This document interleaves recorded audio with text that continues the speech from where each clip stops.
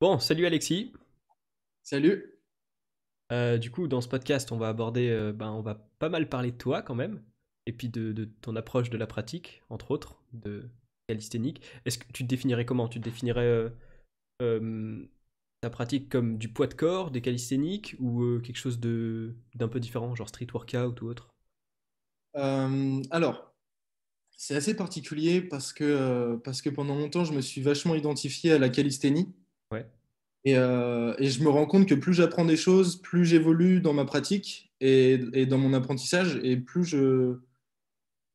j'ai plus envie de me mettre dans une case et j'ai envie de juste parler plutôt de, je sais pas, de mouvement ou enfin, en fait, il y a tellement de choses que je fais que j'ai du mal à le catégoriser comme étant un truc parce que finalement, avant, j'utilisais principalement le poids de mon corps pour muscler, pour devenir plus fort. Et maintenant, c'est plus trop le cas. J'utilise plein d'autres trucs. J'ai commencé à faire de la gymnastique, j'utilise des poids, enfin, je suis intéressé par plein d'autres trucs. Et du coup, moi-même, je sais pas trop comment je pourrais l'appeler ce que je fais exactement, c'est assez compliqué. Et vu que je suis encore enfin, je suis encore et je serai toujours dans une phase d'apprentissage, parce que pour moi, c'est super important. Mais du coup, ouais, ça s'est amené à évoluer et voilà, je fais ce que je fais. Je peux pas vraiment mettre de nom dessus. C'est assez unique. Je fais ce qui me plaît, en fait, ce qui me parle et ce qui me ressemble et ce qui me permet de me rapprocher de mes objectifs et d'évoluer, quoi. Ouais, dans l'ensemble, tu touches un peu à tout ce qui te rapproche d'une amélioration de tes capacités physiques, en gros, c'est un peu l'idée. Exactement, Ok. exactement, ouais. J'avais tendance vraiment à voir un peu noir ou blanc, tu vois, moi je fais ci, je fais pas ça, et je me rends compte que c'est une erreur parce que chaque truc peut t'apporter des choses positives, chaque pratique a des avantages et des inconvénients, et ça serait bête de se dire, moi je fais que du poids de corps parce que j'ai envie de faire que ça, alors que potentiellement il y a des choses qui peuvent te faire évoluer 10 fois plus vite si tu les mets en place intelligemment. Donc voilà, j'essaie de découvrir et d'essayer différentes choses. À partir du moment où ça me plaît, j'évite de me mettre des barrières. Ok, ouais.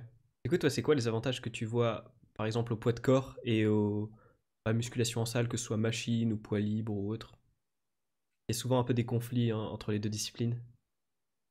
Tu veux dire la différence entre calisthénie et musculation? La différence, je pense que globalement tout le monde la connaît, mais qu'est-ce que toi tu tires comme avantage de l'un et de l'autre? Souvent, ce qui se dit, c'est que les poids, c'est pas mal, enfin, c'est surtout génial quand tu veux rééduquer un muscle en particulier ou te réhabiliter parce qu'il y a la notion d'équilibre avec le poids. Mais après, je t'avoue que je pratique pas du tout avec des poids, donc je connais pas plus que ça. Là, le plus gros avantage qui me vient en tête avec les poids, c'est surtout pour appliquer la surcharge progressive. Ouais. Donc, le mécanisme qui fait que tu deviens plus fort au fur et à mesure des entraînements et des semaines et des mois, etc. Simplement parce que au poids de corps, entre deux variations, il peut y avoir un fossé énorme en termes de force, Mm. alors qu'en salle de musculation, tu as juste à ajouter 0,5 kg sur la barre, 1 kg sur la barre, et tu t'assures une progression en fait linéaire au fur et à mesure des semaines. Tandis qu'en calisthénie, c'est pas forcément possible. Il faut être plus intelligent, il faut connaître plus son corps, il faut plus jouer avec différents paramètres comme le tempo. Enfin, il y a pas mal de choses, mais c'est plus difficile à appliquer la surcharge progressive au poids de corps que ça l'est en musculation. Donc ça, c'est le premier point. Et puis comme tu dis, c'est vrai que aussi tu as des choses qui sont possibles en musculation qui ne sont pas possibles au poids de corps et vice-versa. Et notamment la notion de réhabilitation, encore une fois, parce qu'on peut utiliser des charges légères, donc ça rejoint le premier point. Mais ouais, principalement pour ça. C'est plus facile à quantifier en fait. Ok, ouais. Du coup, toi, en général, tu t'en sers pour te rapprocher parce que c'est vrai que ouais, entre certains exercices de poids de corps, il y a vraiment une marge énorme. Tu t'en sers en gros pour combler cette marge progressivement et te rapprocher de. C'est ça? C'est Ok. exactement ça. Ouais, c'est exactement ça. J'utilise des exercices assez généralistes qui me permettent de gagner en force progressivement sans pour autant, en utilisant des exercices de musculation, parce que je sais que, par exemple, tu vois, euh, entre deux variations de calisthénie, je suis pas assez fort pour réaliser la variation avancée et je suis potentiellement trop fort pour continuer à progresser sur la variation que je connais déjà, tu vois. Donc, cet exercice de musculation, il me permet de continuer de gagner en force entre le laps de temps nécessaire pour pouvoir réaliser confortablement la variation avancée. Ok. T'as des exemples Et, sur quels exercices ça te dépanne pas mal de passer sur du poids libre? bah surtout, en fait, Ouais. parce que tu peux gagner en force sur chaque groupe musculaire et ensuite, ça aura un transfert énorme sur tous les mouvements de calisthénie. Donc, donc, je sais pas, si tu veux travailler, par exemple, là, je prends mon exemple actuel, je travaille sur mes handstand push-up, enfin, c'est mon objectif, donc les pompes en équilibre. Et ben pour améliorer ça, je fais du développé militaire. Donc, l'exercice, on a la barre comme ça et on la soulève au-dessus de la tête, soit avec une barre, soit avec un haltère en unilatéral. Et cet exercice-là, il mimique le mouvement du handstand push-up, sauf qu'encore une fois, je peux graduellement augmenter l'intensité. Et du coup, ben, ça me permet de progressivement gagner en force et d'être beaucoup plus précis et de pouvoir quantifier mon évolution, quoi. Ok. T'en es où là, des handstand push-ups? Tu les passes tranquillement contre le mur, mais t'as du mal en libre? Contre le mur, je t'avoue que ça fait un moment que j'en ai pas fait contre le mur. Je me suis acharné pendant très longtemps contre le mur en faisant une mauvaise technique et Ok. finalement je progressais pas parce que c'était trop difficile pour moi. Et depuis que j'ai intégré tous les mouvements de poussée verticale au-dessus de la tête, donc comme les exercices que je viens de te parler, j'ai eu une progression énorme. Donc là, en termes de handstand push-up, j'ai commencé au mois de juin en libre. Je n'étais pas capable d'en faire une. J'en faisais une avec une petite élévation. J'avais pas de déficit du coup, mais d'élévation, donc amplitude réduite. Et maintenant mon record c'était 4, qui était assez dégueulasse, mais pas en amplitude complète où tu viens toucher le sol avec la poitrine, Ok. mais la tête, donc au sol, quoi, sans élévation. J'en avais fait 4, mais c'était un coup de chance parce que j'ai réussi à garder l'équilibre, parce qu'il y a aussi cette notion d'équilibre forcément. Donc, donc voilà, depuis, ça c'était il y a peut-être un mois et demi ou 2 mois, mais je pense que j'ai encore gagné en force. Et ce qui me bloque plus, c'est l'aspect équilibre. J'ai tendance à perdre l'équilibre sur mes répétitions, mais en soi, c'est pas la force qui me limite. Donc voilà, où j'en suis actuellement, je pense que ouais, mon objectif c'est d'arriver à 5 relativement clean, comme je l'ai dit régulièrement. Mais voilà, il y a aussi cette notion d'équilibre qui peut enfin, qui peut te limiter, quoi. Donc, C'est ce qui t'a inspiré à faire ta dernière vidéo sur l'équilibre? c'est pas ce qui m'a donné envie de faire cette vidéo, mais je ferai certainement une vidéo sur les handstand push-up. La vidéo, je l'ai fait parce que, comme je le dis dans l'intro de la vidéo, je trouve il y a très peu de ressources qui expliquent vraiment le côté, enfin l'arrière du truc, tu vois, et le côté théorique. Et pourtant, c'est important à comprendre, quoi. Donc c'est pour ça que j'ai fait cette vidéo. Ok. Et d'ailleurs, vis-à-vis de YouTube, ça t'est venu où l'idée de te lancer dessus? Waouh, je sais même pas. Je sais même plus. En fait, du coup, ça commence à remonter maintenant parce que je crois que ça fait 3 ans que je fais des vidéos. Ok. Et avant ça, je faisais du bar. Donc, j'étais barman à Londres. J'ai fait du bar à Londres et en Australie. Je faisais des cocktails. C'est ma formation de base. Et enfin, il y a eu un jour, j'en ai eu marre. J'ai voulu complètement changer, machin. Et je suis tombé sur des vidéos de développement personnel. Un mec qui s'appelle Emilio Abril. Ok, ouais, je vois. Ouais, tu vois. Hmm. Donc ce mec-là, il m'a changé ma vision du monde et il m'a changé la vie un peu, tu vois. Il m'a fait arrêter de fumer, il m'a, du coup, enfin, bref, il a eu un changement positif, mais genre énorme dans ma vie. Et du coup, j'étais inspiré par ce qu'il faisait et tout. Et après lui, j'ai découvert Antoine Fonbonne, je crois. Et Ok. lui, il avait fait un BPGEPS. Je sais pas si tu vois qui c'est, Antoine Non, je Fonbonne. vois pas par contre. C'est un youtubeur français dans le thème de la musculation. Et, euh, et bref, lui, il avait fait un BPGEPS et il fait des vidéos sur YouTube aussi. Il avait fait un BPGEPS et il en parlait, machin, comment devenir coach et tout.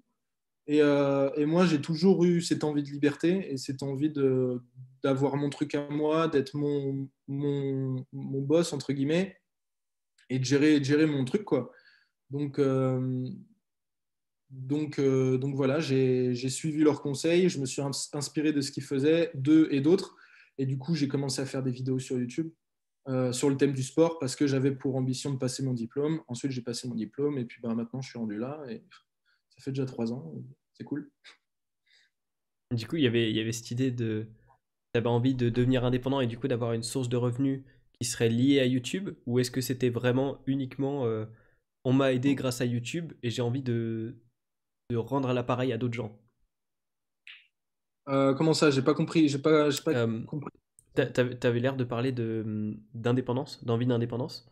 Est-ce Ouais. que c'était uniquement lié à ton diplôme de coach sportif, où tu pourrais pratiquer globalement à peu près où tu voudrais?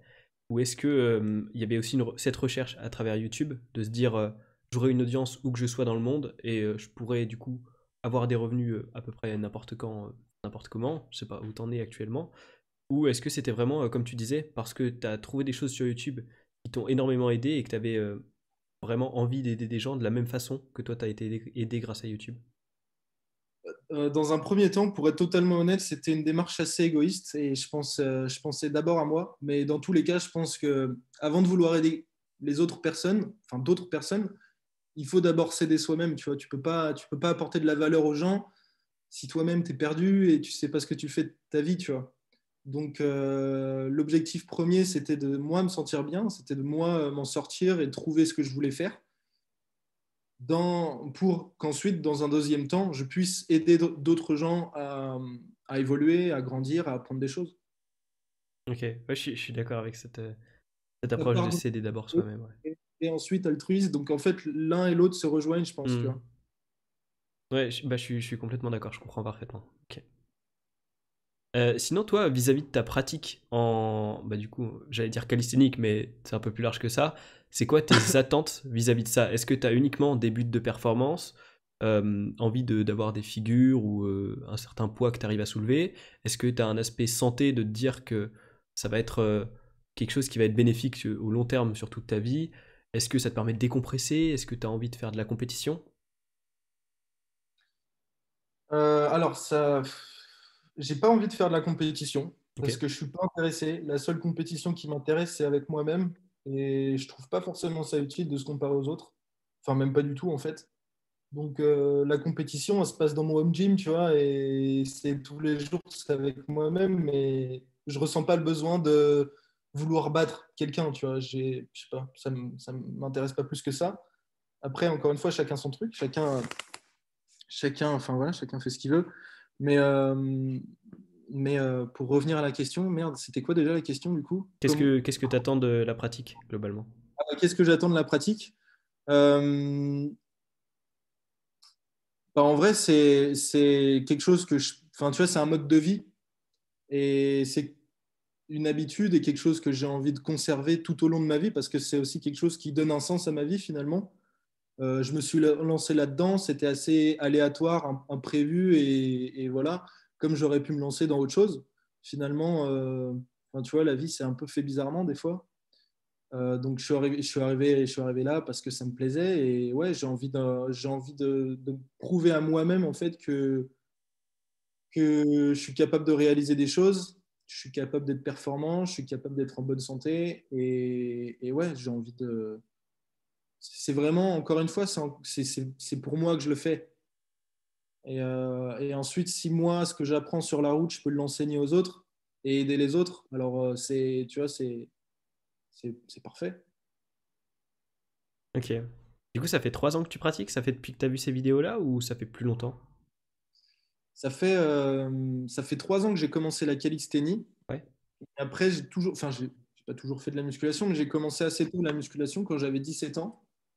Après, je le faisais pas très sérieusement et voilà. J'étais aussi, vu que j'étais à l'époque barman, j'avais aussi une vie nocturne assez, tu vois, enfin importante et je faisais pas mal de soirées et tout. Enfin bref, c'était un peu deux mondes opposés.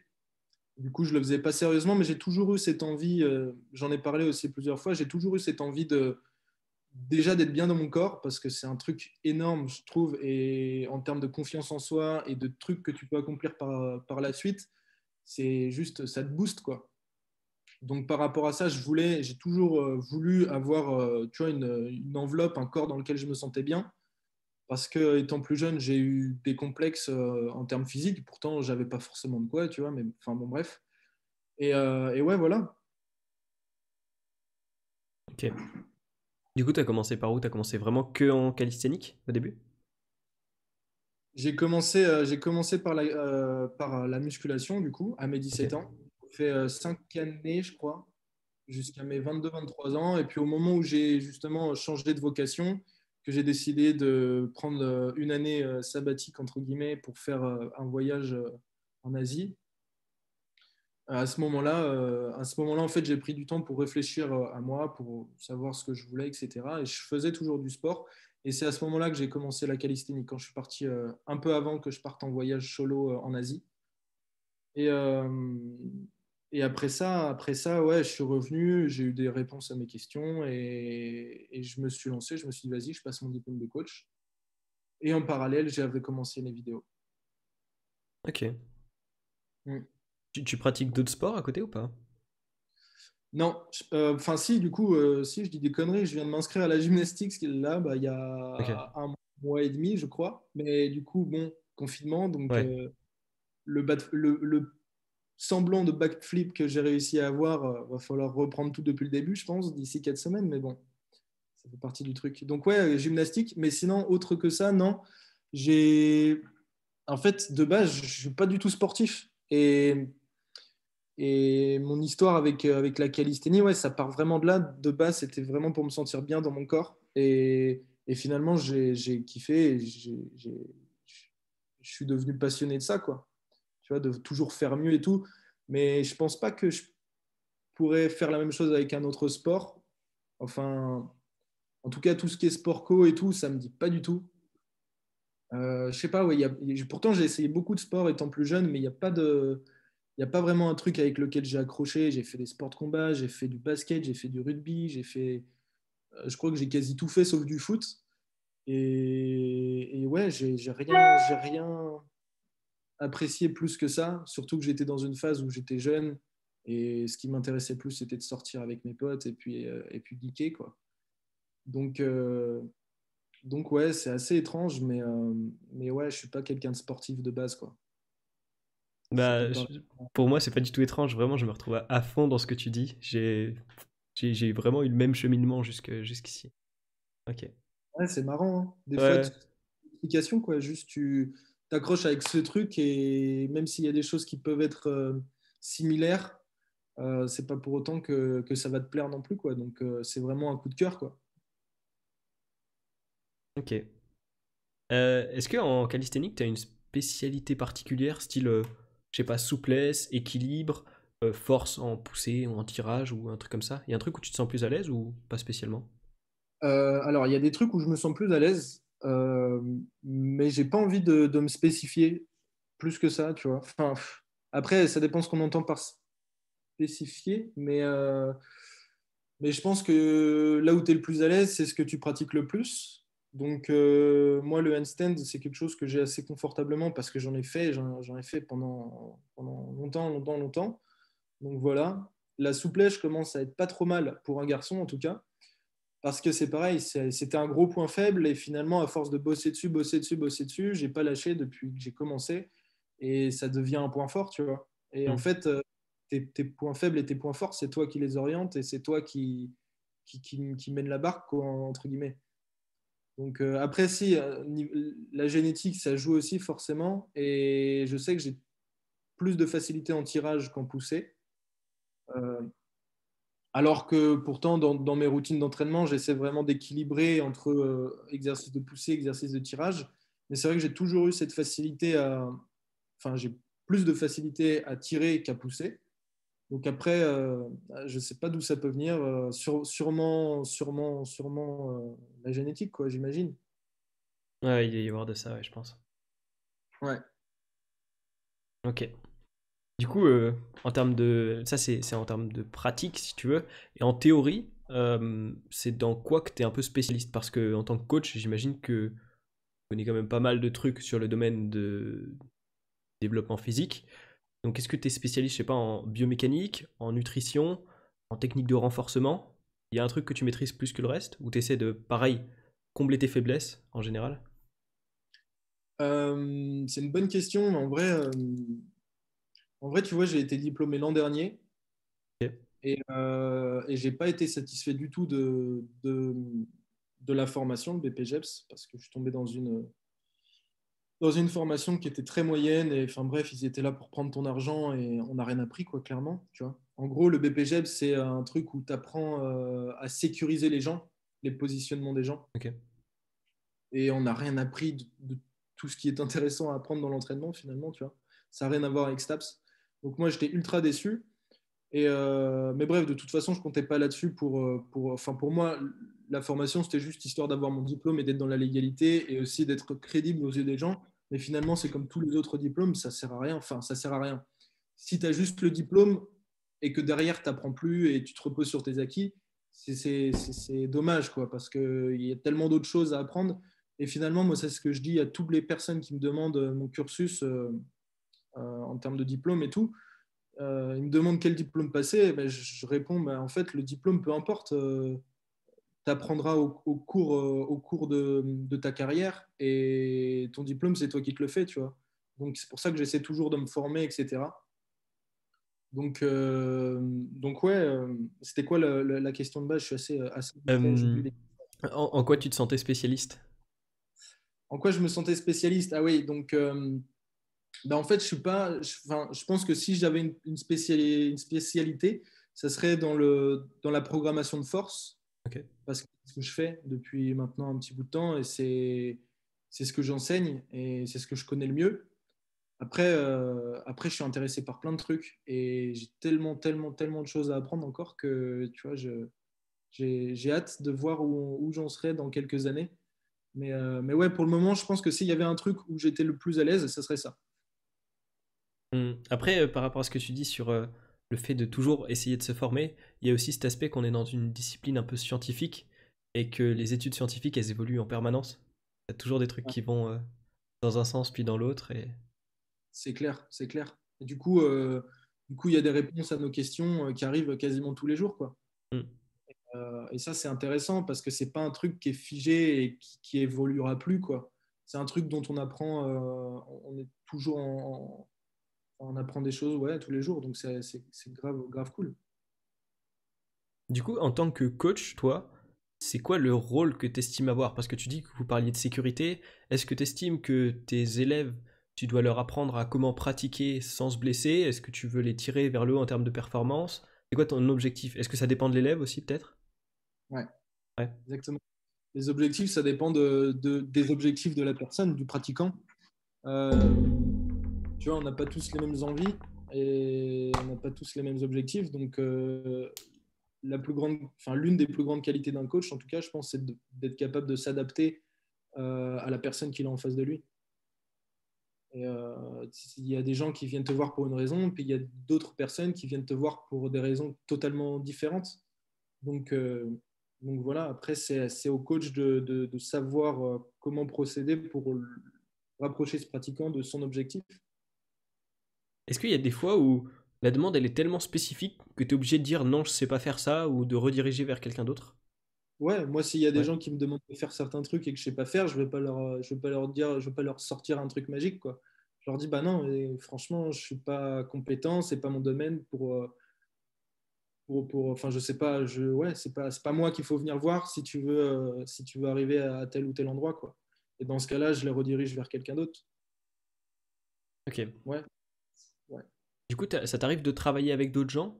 Ou Ben non, non, en vrai non, pas du tout, parce que la plupart des gens qui viennent me voir, ils savent pourquoi ils viennent me voir et ils viennent pas me voir pour, je sais pas, un truc qui a rien à voir avec ce que je fais, tu vois.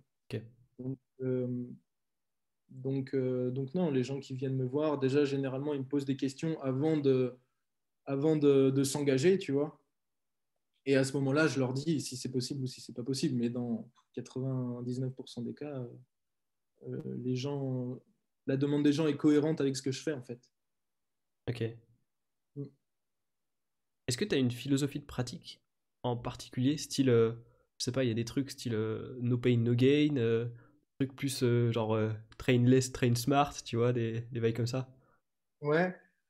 Bah alors, j'y ai jamais vraiment pensé, mais j'aime bien, moi, comprendre le fonctionnement des choses. Ok. Bien savoir pourquoi je fais telle ou telle chose. Et j'aime pas appliquer un truc bêtement, tu vois, sans comprendre le mécanisme derrière. Donc, euh, donc ouais, s'entraîner intelligemment, c'est forcément quelque chose qui me parle.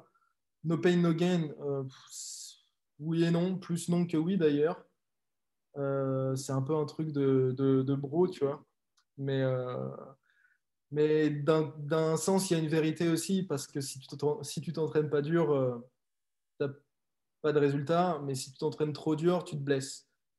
Donc, et puis c'est contre-productif. Donc pas forcément.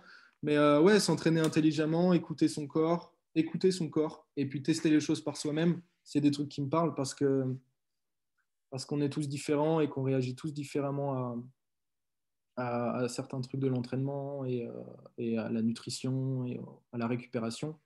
Donc ouais, je dirais ça. T'as dit que du coup, t'aimais bien comprendre le fonctionnement des choses. Est-ce que c'est quelque chose qui t'a motivé à devenir coach sportif? Parce qu'en soi, t'aurais très bien pu juste t'entraîner de ton côté sans vouloir coacher les gens. C'est ça qui t'a Ouais. incité à... Ouais. C'est pas ça qui m'a incité à devenir coach, de comprendre les choses, mais comprendre les choses, ça m'a poussé à apprendre en fait. Ok. Et l'apprentissage, après, je le retranscris à travers mes vidéos, à travers mon contenu. Mais ouais, non, c'est pas ça qui m'a poussé à être coach. Ce qui m'a poussé à être coach, c'est simplement, je voulais vivre de ma passion. Je voulais faire un truc qui avait du sens pour moi. Je voulais être libre, comme je l'ai dit plus tôt. Et du coup, je voulais pas me renfermer dans un job qui me plaisait pas pendant toute une carrière et faire un truc qui avait peu de sens, tu vois. Ok. Donc, ouais, c'est ça Du- qui m'a poussé à être coach. Il y a des trucs comme quoi, apparemment, coach sportif, c'est un métier que tu tiens pas spécialement longtemps. En vrai, je sais plus la durée moyenne de carrière d'un coach sportif. Il me semble que c'était moins de 10 ans, je crois, hein. Peut-être une bêtise, mais... Je sais pas, je peux pas te dire, ça dépend. Ok. Je- Après, ça dépend de quoi tu parles exactement. Si tu parles des mecs qui font des cours en salle de sport, je pense que ouais, leur espérance de vie, entre guillemets, elle est assez réduite étant donné qu'ils se tuent quoi, tous les jours à faire des cours co et Hmm. tout. Donc là, ouais, ton corps, il en prend un coup. Mais après, ouais, moi, je me vois bien faire ça à 50, 60. Ouais, j'ai pas de limite. Après, je sais pas où je serai demain, mais j'espère. Et si je fais ça, c'est justement pour ça, tu vois, c'est aussi dans un objectif de santé et de longévité. Euh, j'ai pas l'intention d'être complètement cassé en deux à mes 40 ans. Loin de là, au contraire, j'ai envie d'être fonctionnel et j'ai envie d'être souple et d'être fort et d'être ouais, polyvalent, quoi. Du coup, tu as dit que ça faisait à peu près 1 an que tu avais été diplômé. Donc là, tu es encore dans les débuts, j'imagine. Ouais, Ouais. ouais. Ben oui, j'ai été. On est quand là? On est en octobre. Ouais, c'était l'an dernier. C'était l'an dernier. Ça va faire 1 an et demi là. Ok. Et Donc oui, c'est les débuts, clairement. t'as pas trop galéré au tout début à trouver je sais pas comment t'appelles ça, des clients ou des élèves? Euh, Si, Ouais. clairement. Mais c'est même pas des clients ou des élèves. Au début, je galérais vraiment pour que les gens regardent mes vidéos, tu vois. Ok, ouais. C'est encore autre chose. Mais après, je pense que c'est en faisant qu'on apprend. Et au fur et à mesure que tu évolues et que tu deviens meilleur dans ce que tu fais, que tu développes tes compétences, les gens, ils te font confiance. Et à partir du moment où tu arrives à créer un lien avec les gens, euh, ben ouais, ils te- ils font confiance, ils te remettent leur pratique entre les mains, entre guillemets, et après, ils décident d'avancer ou non avec toi, ou de te soutenir via YouTube, via Instagram, via n'importe quoi. Mais c'est un lien à entretenir, ouais. Un lien de confiance, et c'est ça qui est le plus long à créer. Ok. Et du coup, ton unique source de trafic, c'est YouTube, comme tu dis? La principale, en tout Ouais. cas, c'est YouTube. Après, j'essaie de me faire connaître un petit peu ou de fidéliser sur Instagram, mais c'est une plateforme qui, qui est moins, enfin je sais pas, je m'y retrouve moins. Enfin, en fait, les deux sont complémentaires. YouTube, ça me permet vraiment d'aller loin dans les explications, d'imager mes propos et de faire un truc structuré. Et Instagram, ça me permet de donner davantage de petites explications, du format court, digeste. Mais après, si je prends mon expérience, euh, Instagram, c'est un truc que je regarde rapidement au cours de la journée, tu vois. Je prends pas forcément le temps, je suis pas concentré. Alors que YouTube, quand je me pose devant YouTube, je suis concentré et je regarde vraiment le truc, quoi. Donc, euh, donc après, je sais pas comment les gens utilisent cette plateforme, mais c'est deux plateformes qui sont différentes et je pense que c'est plus, comment dire, tu as davantage de facilité à fidéliser quelqu'un en passant par YouTube, je pense. Parce qu'une fois qu'il a cliqué sur la vidéo, c'est qu'il est intéressé, c'est qu'il a envie de la regarder, tu vois. Alors que sur Instagram, tu scrolles, tu scrolles, tu scrolles, tu vois un truc, ça aurait pu être autre chose. Et tu vois, enfin, ça tombe un peu aléatoirement devant tes yeux, quoi. Donc voilà, plus YouTube. Enfin, YouTube, c'est ma plateforme où j'attire de l'audience, disons. Instagram, c'est la plateforme où j'essaie d'être plus personnel, de dévoiler un peu plus mes progressions, mes entraînements, et puis du format un peu plus court. Et puis, je fais aussi des emails où j'essaie du coup d'aller encore plus loin dans les explications, mais cette fois-ci par écrit. J'essaie de me diversifier un petit peu, d'essayer différentes choses. Ouais. Donc dans l'ensemble, pour toi, est-ce que tu penses que ce serait compliqué pour un coach sportif d'en vivre sans utiliser de plateforme sur Internet? D'en vivre sur Internet, Non, d'en vivre justement, de trouver une audience sans utiliser les outils d'Internet. bah, tout dépend de ta niche, tout Ouais. dépend de si tu fais de la remise en forme, ouais, largement, il y en a plein qui le font. Si tu es spécifié dans l'entraînement de force, la calisthénie ou d'autres trucs vraiment spécifiques où il y a très peu de potentiel client, c'est tout de suite beaucoup, beaucoup plus dur. Après, encore une fois, ça dépend d'où tu habites aussi. Moi, j'habite dans une petite ville où il y a, je sais pas, 75% de la population a plus de 60 ans, tu vois, donc ça m'étonnerait qu'ils aient envie de faire des planches et des front levers, quoi. Hmm. Donc, ça dépend de ta situation géographique, de ta niche et de pas mal de facteurs. Ok. D'ailleurs, tu parlais de tes liens avec tes élèves. Euh, tu ressens ces liens comment, toi, quand tu as des élèves? Est-ce que c'est assez cordial ou des fois vraiment ça se limite pas juste à de l'entraînement physique? Je sais pas, tu prends des nouvelles, tu t'intéresses vraiment à leur vie. Enfin, tu vois, c'est pas en mode les gens, je les ai juste pour les coacher. Ouais, ouais, ouais. Je vais pas dans les informations personnelles, tu vois, Ouais. ça me regarde pas. Mais après, j'essaie vraiment de créer un lien et d'essayer d'instaurer un truc sympa, tu vois, entre nous. On est des êtres humains et les gens, c'est pas juste, enfin, les clients, c'est pas juste des personnes qui payent et tu leur fais un truc et basta, au revoir, quoi. Non, c'est pas du tout ma philosophie. J'essaie de m'intéresser, j'essaie de comprendre et je fais ce qui est possible, ce qui est en mon pouvoir pour les faire progresser au mieux. Donc, généralement, moi, je passe par Instagram par message vocal plutôt que par écrit parce que je trouve que c'est un peu plat et froid le format écrit. Donc ouais, on s'envoie, quand je coach des personnes, on s'envoie des messages vocaux régulièrement, on échange, ils me donnent leur ressenti, ils m'envoient des vidéos d'eux en train de réaliser des exercices, je les corrige, je les conseille, et puis voilà, après ça dépend aussi de la personne qui est en face. S'il y a des gens qui sont là juste pour l'entraînement et basta, ça s'arrête là, je vais pas plus loin, tu vois, j'essaie de m'adapter. Si je vois qu'il y a des mecs qui, je sais pas, qui disent une blague ou qui s'intéressent à ma vie, ben, en échange, m'intéresser aussi à la leur, tu vois, c'est aussi, faut s'adapter et ça dépend de qui j'ai en face. Ok. C'est beaucoup de relationnel, le fait d'être coach finalement, hein. Enfin, ça dépend encore une fois de ta niche et de ce que tu fais précisément, mais je sais qu'en salle de sport, les gens, ils viennent, tu vois, dans les salles de sport classiques pour de la remise en forme, les gens viennent parce qu'ils ont besoin de se sociabiliser, ils ont besoin de parler, ils ont besoin d'exprimer leurs problèmes. Et le rôle du coach, que ce soit dans le sport ou dans tous les autres domaines, un coach, c'est là pour t'épauler, et pour te soutenir, quoi. Donc, il y a aussi cette partie, ouais, cette partie-là, quoi, qui entre en compte. Du coup, pour entraîner ou rapprocher tes élèves de leur objectif, est-ce que tu t'appuies sur certaines méthodes? Je crois qu'il y a des méthodes, une méthode bulgare, des trucs comme ça.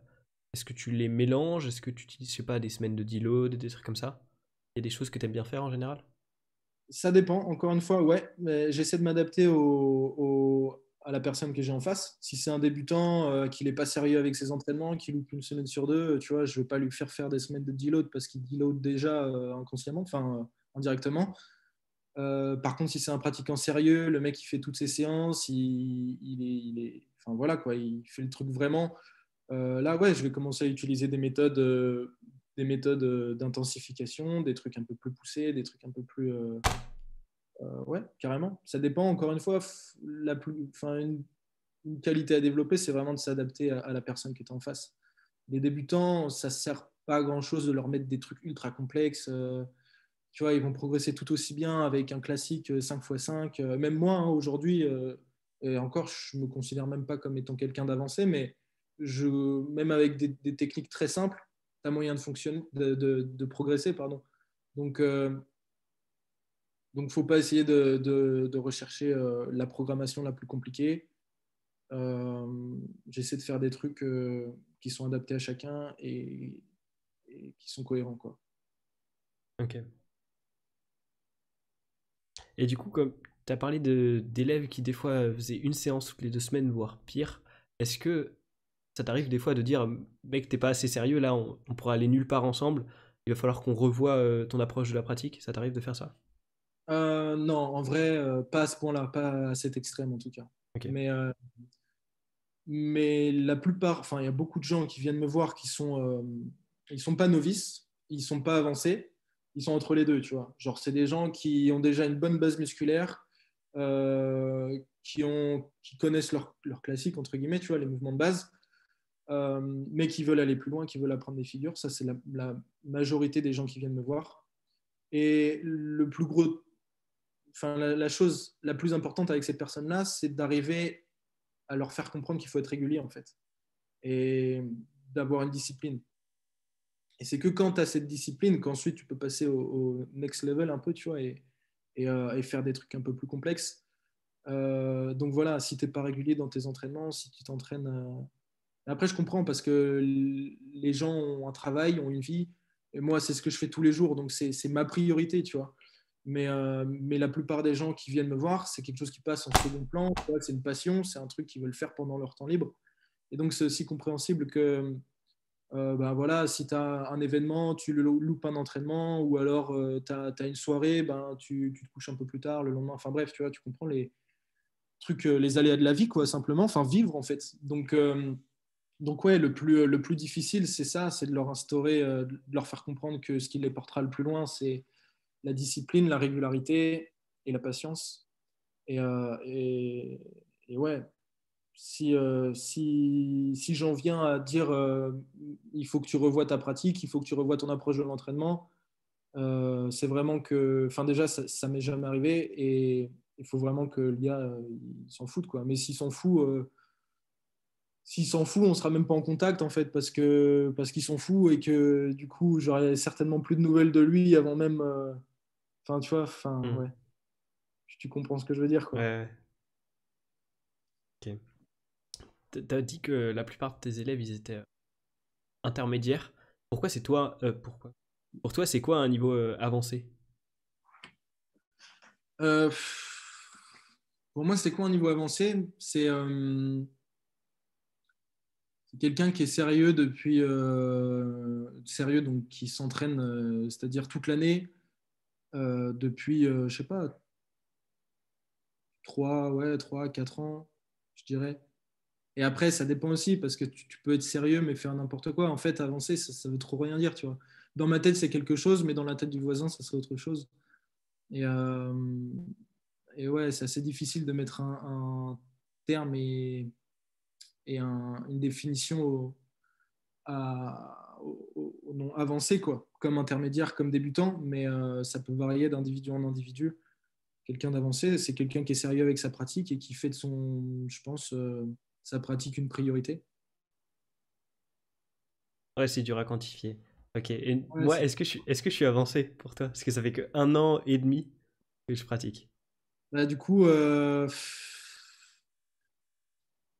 je pense pas, tu vois, même Ok. moi-même, je me considère pas comme avancé. D'accord. Donc, mais après, c'est abstrait, quoi. Enfin, ça dépend sur quelle base tu te situes. Enfin, sur quelle, ouais, je peux pas te dire, ouais, je peux pas te Ouais. répondre. Et je connais pas suffisamment ton niveau pour te répondre.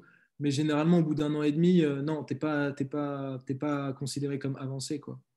Ok. Et encore une fois, ça dépend d'où tu te situes. Enfin, Ouais, pour toi, c'est vraiment une histoire d'expérience plus que de niveau réel, quoi. ouais, Ok. ouais. Ok. Bon, du coup, au niveau de tes diplômes, ça t'autorise à faire quoi, en gros? Ça m'autorise à coacher les personnes en salle de sport D'accord. et à coacher. Je crois que tu n'as même pas besoin de diplôme pour coacher en extérieur et chez toi. Donc, principalement ça. Coacher dans une salle et puis je crois que c'est tout. En vrai, je ne me suis pas trop renseigné. Tout ce qui est administratif, paperasse et tout, je suis le dernier des feignants pour ça. C'est un Ok. truc qui me saoule, tu vois. Donc je fais les choses et puis si jamais demain il y a un mec qui vient taper à ma porte, eh, vous n'avez pas le droit de faire ça. Je dis ah bon? Ok, ouais, ouais, ouais, je comprends. C'est pas mon point fort non plus, l'administratif. Ah ouais, c'est le Mais genre de truc t'es certain qu'on peut, genre, coacher des gens chez soi? Ça veut dire quoi? Ça veut dire tu peux les coacher à distance depuis chez toi ou ça veut dire s'ils viennent chez toi pour s'entraîner, t'as le droit de faire ça? Contre Non, rémunération. mais je pense que tu n'as même pas besoin de diplôme pour faire ça, pour recevoir du public chez toi et les coacher, puisque c'est du privé. Donc tu Ah fais ouais? ce que tu veux. Ouais. Après, c'est si tu veux ouvrir ton truc, dans ce cas-là, il faut un diplôme. Ok. Mm. D'accord, ok. Mais tu as le droit de faire du coaching à distance, enfin à vérifier. Hein. Prenez Ouais. pas au pied de la lettre parce que c'est pas du tout une source sûre. Mais je crois que tu as le droit de faire du coaching sans avoir de diplôme, à distance et chez toi. Ok. Bah écoute, À vérifier. je soumettrai ça à mon prof, et puis soit il me tapera sur les doigts pour reporter des informations comme ça, soit il me dira c'est vrai. Je- On sait plus d'avance si ouais, jamais c'est pas vrai, quoi. je mettrai un commentaire épinglé si jamais, pour éviter que les gens fassent des bêtises. Ok. Et du coup, toi, tes premiers clients, tu les as eu comme ça justement en essayant de les coacher chez toi ou t'as directement commencé en salle? Ben, en fait, le BPGEP, c'est en alternance. Ouais. Donc, j'avais 2 semaines de cours, non, une semaine de cours et une semaine d'entreprise. Donc, j'étais dans une salle sur Bordeaux. Et je coachais dans cette salle une semaine sur deux. Et l'autre semaine, j'étais en formation. Ok. Et puis ouais, après, dès que j'ai eu mon diplôme, j'ai pas coaché en physique, même si c'est quelque chose que je pense que je ferai à l'avenir, parce que ça m'intéresse de plus en plus. J'ai tout de suite lancé mon truc en ligne. Et à l'époque, je crois que j'avais quelques milliers d'abonnés sur YouTube. Je devais avoir 2000 ou 3000 abonnés peut-être. Et j'ai tout de suite lancé mon truc en ligne. Ouais. Je n'ai pas coaché en physique. Je l'ai fait du coup pendant un an dans la salle. D'ailleurs, je faisais j'animais des cours. C'était plus de l'animation que du coaching finalement, hein, parce que les coachs de remise en forme, c'est ça, c'est de l'animation. C'est créer un cours, mais il n'y a rien de très poussé derrière. Euh, donc, euh, donc j'ai animé des cours de cross-training pendant une année. Et je faisais aussi du plateau de musculation. Donc, je faisais des petits programmes pour des gens qui voulaient atteindre différents objectifs, quoi, mais sur la muscu. Ok. Mais du coup, ça se passe comment bah, tu dis que tu fais ça en distance, mais tu as le droit de coacher en salle. C'est-à-dire que les gens les coachent depuis chez toi, chez eux, ou eux, ils sont en salle et toi, tu les coaches. Eux, ils sont en salle. Moi, je les coach. Bah, en fait, il y a différents profils. Hein. Il y en a qui s'entraînent chez eux et il y en a qui s'entraînent en salle. Ok. Et moi, je m'adapte en fonction de leur matériel, de ce qu'ils ont à disposition. Moi, je leur fais leur programme Et eux, ils l'appliquent tout simplement en salle ou à la maison. Et après, ils me font un retour sur tout et n'importe quoi. Et puis, je les conseille, quoi. Ok, donc du coup, il n'y a pas de. Genre, c'est vraiment, tu leur fais leur programme, mais il n'y a pas d'aspect live, style tu les regardes faire leurs exercices ou autre. Si, parce qu'ils m'envoient aussi, comme je le disais un peu plus tôt, ils peuvent m'envoyer, c'est facultatif, hein, Ouais. chacun fait comme il veut, mais ils peuvent m'envoyer des vidéos d'eux en train de faire des exercices. Et moi, je les corrige ensuite, je leur dis quels sont les bons placements, qu'est-ce qu'ils devraient faire, qu'est-ce qu'ils ne devraient pas faire, comment ils peuvent s'améliorer, etc. D'accord, ok. Ok, je comprends mieux, parce que pour moi, la vision que j'avais, c'était vraiment que. Parce que je savais pas du tout comment tu pratiquais, c'était que tu montrais les exercices ou que tu interagissais en direct pendant la séance. Mais c'est pas ça, du coup. Ah non, ouais, non, Ok, non, non, non, ouais. ok, ok. Euh, Si tu veux, je leur fais leur programme et ils ont un tableau avec toutes les données importantes à savoir, donc les répétitions, les séries, le tempo, enfin bref, toutes les variables de l'entraînement importantes à prendre en compte, la variation d'exercice. Et ensuite, il y a un petit icône sur le programme, ils cliquent dessus, ils arrivent sur une vidéo privée et là, tu as différentes variations d'exercices, allant du plus facile au plus difficile. Et puis moi, je leur donne, je leur conseille une variation qui, je pense, correspond à leur niveau. Et puis si après, ça ne correspond pas exactement, qu'ils n'arrivent pas à rester dans la tranche de répétition indiquée, et ben dans ce cas-là, ils peuvent choisir la variation plus facile ou plus difficile. Et voilà, simplement. Et puis après, ils ont un carnet d'entraînement pardon, où ils notent leur performance. Ils me l'envoient, je regarde, je leur dis ce qui va pas, je leur fais des retours comme ça, quoi, en fait. Ok.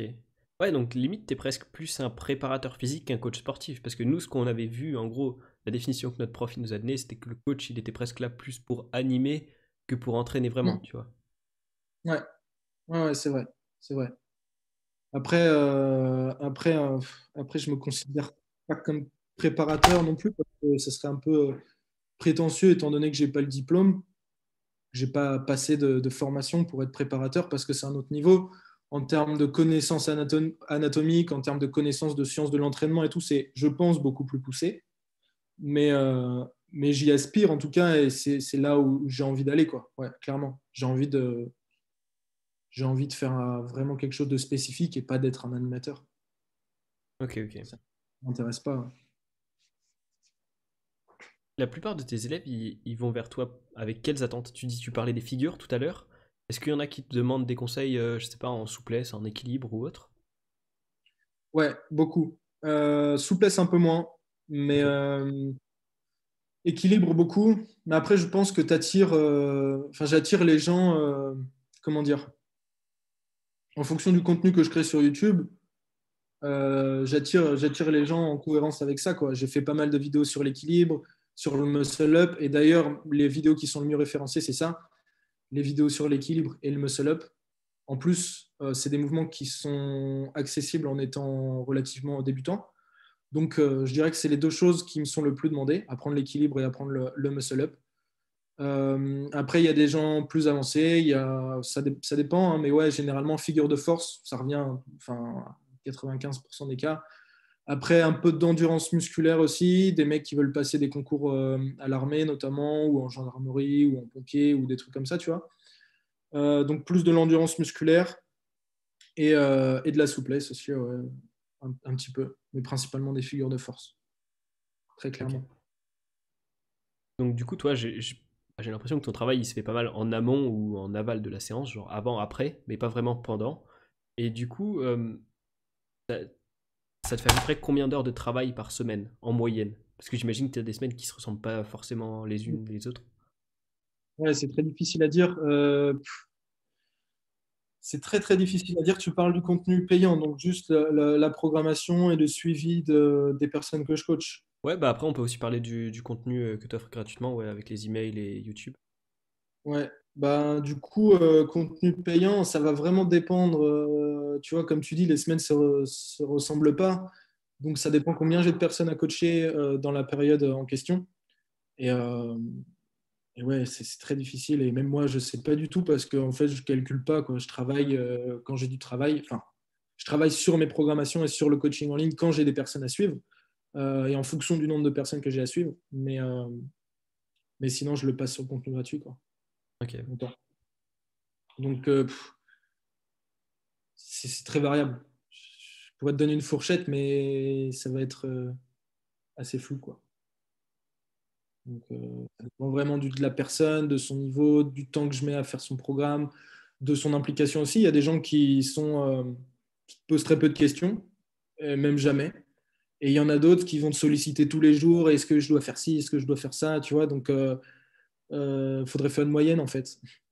Mais généralement, ce que je fais, c'est que je me consacre un ou deux blocs de travail de 1 heure de 1 heure à 2 heures par jour pour le coaching en ligne, la création de programmes des personnes qui veulent que je les coach. Et voilà. Donc Ok. ça dépend vraiment. Du coup, tu as un nombre de clients, j'imagine, plus ou moins réguliers et d'autres plus aléatoires, enfin, je sais pas, ponctuels, on va dire. Ouais. Ouais. Mm. Il y a des gens qui prennent des programmes pour voir déjà, par curiosité, pour savoir comment je fonctionne, etc. Et qui sont clients une fois et qui le seront qu'une fois. Et il y en a d'autres qui sont fidèles et réguliers et qui enchaînent les programmes et qui reprennent des programmes ouais, au fur et à mesure des mois, quoi. Ok. Et Mm. t'arrives à en vivre, enfin, de ce que j'avais entendu, c'était un peu limite pour toi, mais est-ce que tu arrives à en vivre globalement de tout ça? Ouais, globalement, ça fait déjà depuis que je suis diplômé en fait que je travaille plus, enfin que je travaille plus pour quelqu'un. Attention, pas d'amalgame. Et donc ouais, j'arrive à en vivre. Après c'est encore les débuts et c'est en dents de scie un petit peu, tu vois. Les mois ne se ressemblent pas. Et des fois, je vais faire des bons mois et d'autres fois, je vais faire des mois qui sont assez difficiles. Donc ouais, mais globalement, je m'en sors, quoi. Donc c'est cool. Ça me permet de continuer à faire ce que je fais simplement et c'est le plus important pour moi. Ok, ouais, du coup, ta source de revenus principale, enfin, même peut-être unique, c'est ton coaching, c'est ça? Ouais, ouais, Ouais. ouais. Mm, Tu touches rien de mm. YouTube Ouais, ou c'est t'es ma... partenaire d'autres choses ou autres? Ah, Est-ce de que quoi? tu touches quelque chose grâce à YouTube ou est-ce que t'es partenaire de, je sais pas, un groupe ou autre? Non, je touche rien sur YouTube. Premièrement, parce que pour toucher sur YouTube de l'argent, il faut une très grosse audience, parce que je sais plus, c'est quelques centimes par millier de vues. Ouais. Et aussi parce que moi, quand je regarde des vidéos YouTube et qu'il y a des pubs, ça m'énerve. Et j'ai pas envie d'imposer ça aux gens, tu vois. Ouais. Donc, tu sais, quand tu es à fond dans un sujet et que tu as une vidéo de 15 secondes qui te coupe dans ta vidéo, moi, ça me rend fou. Donc, je refuse de mettre les pubs sur ma chaîne. Et puis, si c'est pour gagner 20 balles à la fin du mois, tu vois, bon, c'est pas grave. Hmm.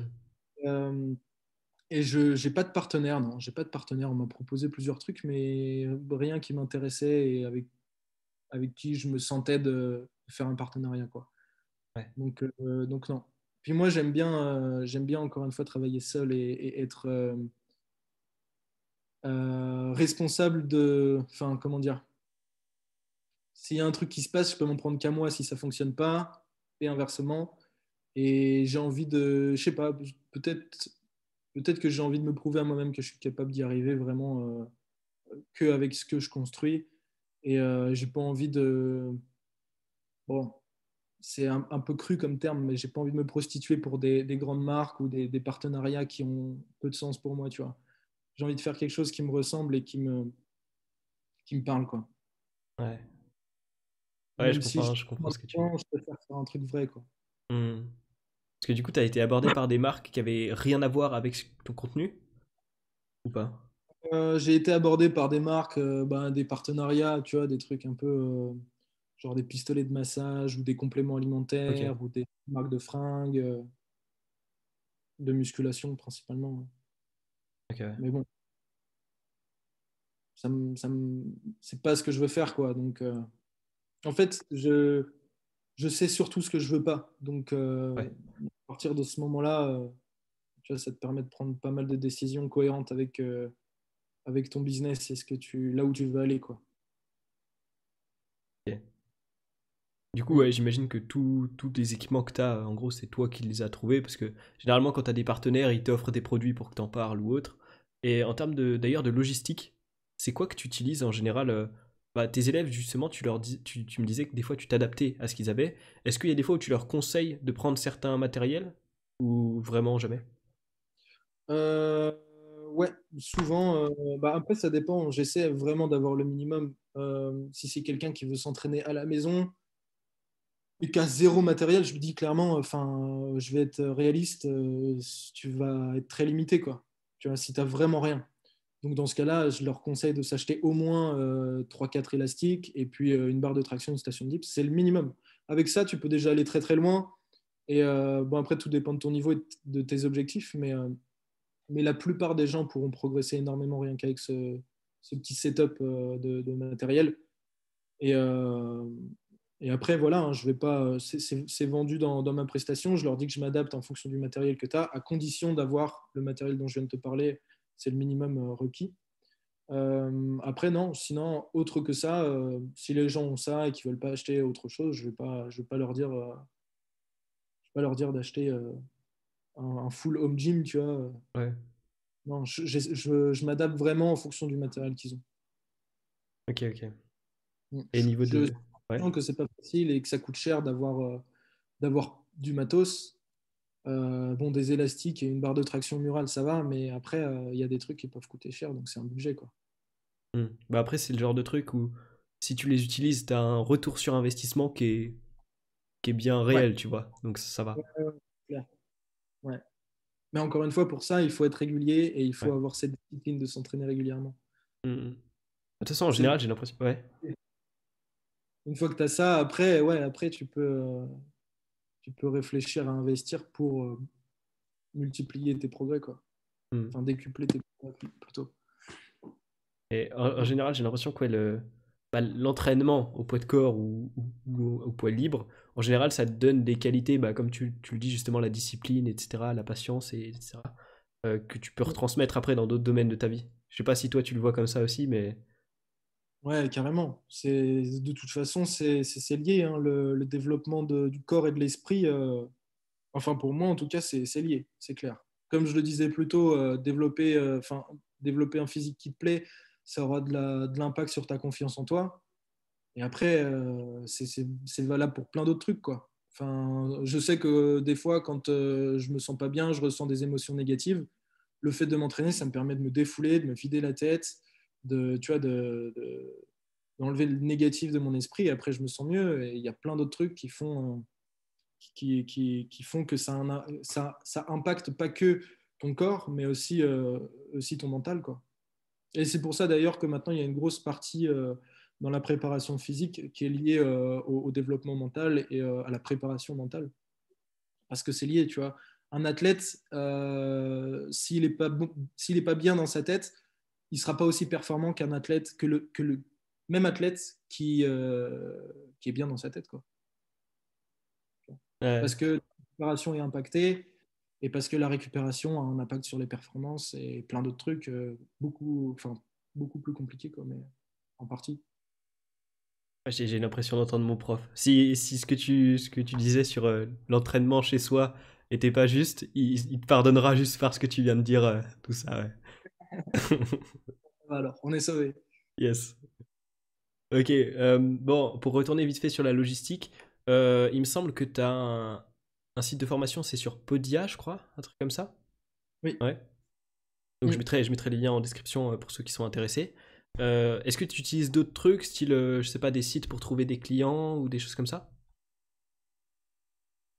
Non, j'utilise rien d'autre. Les seules plateformes qui me permettent de gérer mon business, c'est Podia pour la vente de formation. Donc, en fait, c'est une plateforme qui te permet d'héberger tes formations, des documents et différentes choses. Euh, et puis Mailchimp, donc c'est une plateforme qui te permet d'envoyer des mails et de récupérer enfin de construire une liste email en fait. Et ensuite d'automatiser ton envoi de mails. Donc c'est les deux seuls trucs que j'utilise, principalement parce que se créer un site internet, ça coûte très cher. Et c'est un gros investissement, surtout si tu veux en faire un site marchand. Donc voilà. Ah non, maintenant, du coup, vu que j'ai lancé aussi ma marque de vêtements, il y a aussi My Shopify qui est un site enfin, une plateforme de vente e-commerce. Donc voilà. My Shopify pour tout ce qui est textile, j'utilise ça. Podia pour les formations et Mailchimp pour les emails. Et c'est tout ce que j'utilise en termes de site et de plateforme. Ok. Du coup, ouais, je mettrai tous les liens en description pour tous ceux qui sont intéressés. Euh, et tu me parlais de Skype tout à l'heure. Pour parler avec tes clients, tu utilises Skype ou tu utilises autre chose? Pour parler avec mes clients, j'utilise Instagram, comme je te disais tout à Ah oui, l'heure ouais, par ok. message. Ouais. Après, ça m'est arrivé d'utiliser Skype et tout, mais de toute façon, le coaching, c'est comme les vidéos que je fais, tu vois. J'essaie toujours d'évoluer, de perfectionner, d'apporter des modifications et tout. Donc pour le moment, j'utilise Instagram, mais peut-être que plus tard, j'utiliserai autre chose, quoi. Donc il n'y a rien de fixe, il n'y a rien de figé. J'essaie d'apporter de la nouveauté et de faire mieux, quoi. Ok. Pendant un moment, j'utilisais Skype, et puis c'est vrai que c'est moins pratique pour moi et pour les personnes que je coach. Il y en a plein qui n'ont pas Skype, alors qu'Instagram, quasiment tout le monde a Instagram, quasiment. Donc c'est plus pratique pour tout le monde, je pense. Ouais. Et Ouais, puis ben, ça permet aussi d'éviter d'avoir des rendez-vous fixes, tu vois, de se dire, OK, demain à 10h, parce que je suis quelqu'un qui a un gros problème avec la ponctualité. Tu peux en témoigner, étant donné qu'on avait hier soir à 19h et que hier soir à 19h, j'étais pas présent. Donc pour moi, ça fait aussi partie de mes besoins et de ma liberté, tu vois, de me dire, OK, j'ai pas de rendez-vous, je réponds quand j'ai envie et quand j'ai le temps et quand je peux. Et j'ai pas à me dire, OK, demain à 10h, il faut que je sois présent, il faut que je sois là, il faut que je sois prêt. Non, moi, ça me correspond pas. Après ça dépend de chacun, encore une fois, hein. Moi, c'est comme ça que je fonctionne, mais c'est pas l'unique façon de faire. Et voilà. ok. Oh mec, j'ai envie de revenir sur plusieurs trucs. Euh, Mince, j'ai oublié le premier. Super. Yes. Bon, bah tant pis. Mais du coup, par rapport à ce que tu disais de répondre quand t'en avais envie, j'ai fait une expérience récemment qui m'a beaucoup plu. C'était de me couper des notifications. Est-ce que toi, tes notifications, genre, elles te notifient ou est-ce qu'elles restent en mode tant que j'ouvre pas l'application, euh, je vois pas, je suis pas notifié en particulier. Je sais même pas. Bah si, ça me notifie, tu vois. Je l'avais désactivé pendant un moment, mais du coup, j'ai dû le réactiver. Mais ouais, du coup, ça me notifie. Mais c'est une très bonne chose d'éviter ça. Et quand je travaille, j'essaie de me mettre en mode avion, tu vois, pour éviter d'être perturbé à chaque fois, d'être distrait, parce que quand tu te plonges dans un truc, ta capacité d'attention et de concentration, elle est, je crois, à peu près maximale à partir de 10-15 minutes. Donc, si toutes les 10-15 minutes, tu as un message et tout, hop, tu vois, inconsciemment, comme des moutons, on regarde notre téléphone, on se dit, oh tiens, j'ai un tel qui m'envoie un message.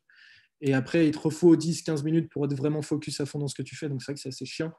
Donc, soit j'essaie d'éloigner mon téléphone, soit j'essaie de le mettre, enfin, je le mets en mode avion pour pas être dérangé, quoi, quand je travaille. Mais c'est vrai que c'est grave important. Ok, ouais. Ouais, bah du coup, j'avais testé. En gros, sur une semaine, j'avais coupé toutes les notifications, même les appels. Bon, je t'avoue, ça a été un peu problématique certaines fois. Tu mets des vents à des gens, là. Mais Ouais. j'ai bien kiffé ça. Et du coup, j'en ai fait une vidéo qui sortira certainement d'ici une semaine, je pense, sur ma chaîne. Et du coup, l'autre truc sur lequel je voulais revenir, ça y est, ça m'est revenu, c'était Mhm. du fait que tu parlais que Skype, tout le monde l'avait pas, et que du coup, tu utilisais Instagram. On revient encore une fois sur cette idée de s'adapter à l'autre. Et j'ai l'impression que ouais, Mhm. c'est un truc que tu fais pas mal, quoi. En gros, vraiment, pour toi, c'est vraiment la qualité clé de réussir à s'adapter. Ben ouais, carrément. Carrément, carrément, tu vois. Enfin, ouais, en vrai, oui, c'est clairement ça. Je sais que, tu vois, si j'essaie de me mettre à la place du client, de l'élève ou de la personne en face, et je me dis que si je paye un truc, ça serait cool que le gars il fasse en sorte que ça soit aussi facile, aussi fluide que possible, quoi. Donc j'essaie de me mettre à la place de la personne et de me dire comment faire pour simplifier le truc au maximum, que ce soit le plus digeste possible, le plus facile d'utilisation, le moins contraignant. Et voilà, j'essaie de penser à ça. Ouais. C'est vrai que tu vois, j'y avais pas pensé, mais c'est vrai que ouais. Du coup, ouais. C'est important, je pense. Ouais. Il faut que tout soit plus facile, plus rapide, plus accessible maintenant de nos jours. Et voilà, si tu fais un truc ultra compliqué, ben, le gars, il va abandonner avant même d'avoir commencé, quoi. Donc ouais, j'essaie de simplifier au maximum, faire un truc aussi, aussi simple et aussi le moins contraignant possible. Ouais. Mm. Ouais, je suis d'accord avec ça. En général, ouais, aujourd'hui, si tu veux vendre un produit ou vendre tes services, plus tu supprimes d'étapes pour arriver au truc final, mieux c'est. Ouais. Ouais. Ah bah oui, ouais, ouais, clairement, c'est clair. Ok.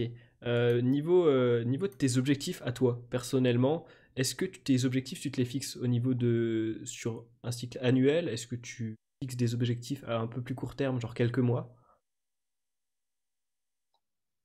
Euh, En termes de sport, tu veux dire? Ouais. Bah ou Bon, oui, oui, plutôt en termes de sport. en termes de sport, bah encore une fois, tu vois, enfin, j'estime que la personne que je suis maintenant, elle est complètement différente d'il y a 6 mois. Il y a 6 mois, je fonctionnais d'une certaine façon. Aujourd'hui, c'est différent. Donc là, je vais te parler de ma dernière expérience. Je me suis fixé des objectifs sur moyen terme, disons, à peu près 6 mois. Ok. Ouais, à peu près 6 mois. Après, ça dépend des objectifs que tu te fixes aussi, tu vois. Ça dépend. Parce que j'estimais que dans 6 mois, j'étais capable de réaliser ces objectifs en question. Mais si je m'étais fixé des trucs plus ambitieux, dans ce cas-là, ça aurait été plus long terme, tu vois. Et j'ai des objectifs aussi plus long terme, un peu plus flous. Mais ouais, je pense que 6 mois, c'est une bonne base pour se fixer des trucs atteignables et pas perdre trop en motivation, quoi. Parce que si tu te fixes des objectifs dans 10 ans, tu as tendance à les perdre de vue et surtout à changer de chemin en cours de route. Donc ouais, plutôt des objectifs court, moyen terme, plutôt moyen terme, quoi. Ok. Et en termes de, je sais pas si ça te parle beaucoup, de mésocycle et de macrocycle, Mm. comment tu structures ça en général? Là, pour ma dernière programmation d'entraînement, du coup, je me suis fixé, j'ai essayé de faire un truc qui est classique, mais que j'avais jamais vraiment fait. Avant, je faisais ce qu'on appelle une périodisation ondulatoire. Donc, travailler différentes fourchettes de répétition et d'intensité et de volume dans l'espace d'une semaine. Principalement parce que j'avais des croyances limitantes, que je pensais que si je faisais pas de force pendant 4 ou 5 semaines, j'allais perdre ma force. Si je faisais pas d'hypertrophie pendant 4 ou 5 semaines, j'allais perdre ma masse musculaire. Et il s'avère que d'après certaines études scientifiques, c'est faux. Et d'ailleurs, c'est pas pour rien. Il y a plein de mecs de haut niveau qui procèdent avec des cycles d'entraînement de 4 à 6 semaines ou plus même. Donc, je me suis lancé là-dessus, sur des cycles, sur une périodisation classique en fait.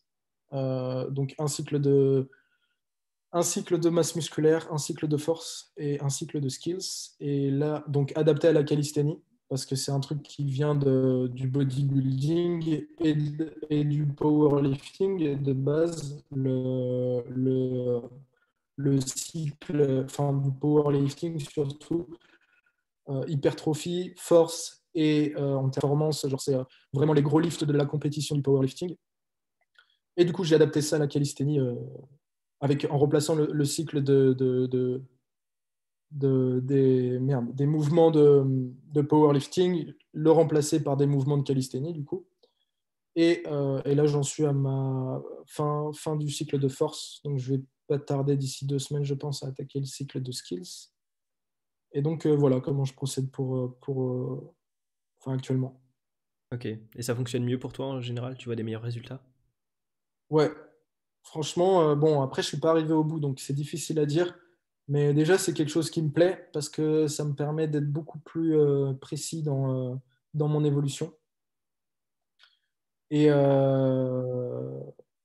et ouais, les résultats sont là, donc c'est cool, quoi. Enfin, je me vois progresser toutes les semaines et c'est plaisant et c'est motivant et voilà. Puis même, ça fait sens, en fait. C'est que quand tu commences à te renseigner un petit peu sur le sujet, tu te rends compte que ouais, c'est cohérent de faire comme ça. Après, c'est pas la seule façon de faire, il y a plein de façons de faire, mais voilà, moi j'aime bien tester des choses, j'aime bien expérimenter par moi-même, comme je le disais plus tôt. Et voilà, c'est quelque chose que je n'avais pas réellement appliqué sérieusement depuis le début de ma pratique. Et je me rends compte que bah, j'aurais dû le faire plus tôt. Ouais, c'est un truc dont vous aviez parlé, il me semble, sur le Calisthenics Science podcast. Ouais. Ouais, t'avais déjà commencé ou pas? Je me souviens plus. Au moment où vous À avez ce fait ce podcast. moment-là, je crois que j'avais tout juste commencé, ouais. Ok. J'avais commencé, je Et crois, t'en as de entendu mémoire. parler comment? Enfin, ça t'est venu comment l'idée de te mettre à ça? Et ben en fait, il y a trois personnes qui m'ont influencé dans ce truc-là. La première, c'est Simon Ampto, le youtubeur québécois qui parle de calisthénie aussi. Il en a parlé brièvement dans une de ses vidéos. Ça se dit pas brièvement, brièvement plutôt. Brièvement, ouais. Tu m'as compris. Dans une de ses vidéos. Et ensuite, il y a 012 Workouts, donc Alexandre Anthropovski, du coup de Calisthenics Science Podcast, qui a fait une petite série de vidéos sur le sujet. Et en fait, ce truc-là, ça vient de ce que j'ai compris d'une application en ligne qui s'appelle LabCode Fitness, et en fait qui a adapté le système de périodisation à la calisthénie, donc avec ce fameux truc, ainsi d'hypertrophie, de force et de skills. Donc, je me suis inscrit sur l'AppCode Fitness. J'ai suivi les premiers mois. Mais j'ai pas fait exactement leur truc. En fait, j'ai fait le curieux, tu vois. J'ai pris l'abonnement parce que c'est sous forme d'abonnement. En gros, chaque mois, tu débloques un nouveau palier, tu vois, un nouveau cycle. Et j'ai pris l'abonnement, je me suis renseigné, j'ai regardé le contenu qu'ils proposaient, j'ai regardé comment il fonctionnait et tout, je m'en suis inspiré. J'ai créé mon propre truc parce qu'il y avait des choses qui ne me plaisaient pas dans leur façon de faire. Et voilà, donc c'est principalement par du coup Alexandre, Simon et la troisième personne, je sais plus. Bah si, LabCode Fitness, du coup, c'est ça, Ok. l'application en ligne. Ok, Voilà. très bien. Et du coup, est-ce que, je sais pas si dans ce truc-là ça se retrouve aussi, mais tu utilises la semaine de deload quand même ou pas? J'utilise la semaine de deload, ouais, bah après je l'utilise quand j'en ai besoin. Donc, tu vois, je pense que c'est une erreur de dire, ok, tu vas faire ce cycle-là pendant 6 semaines.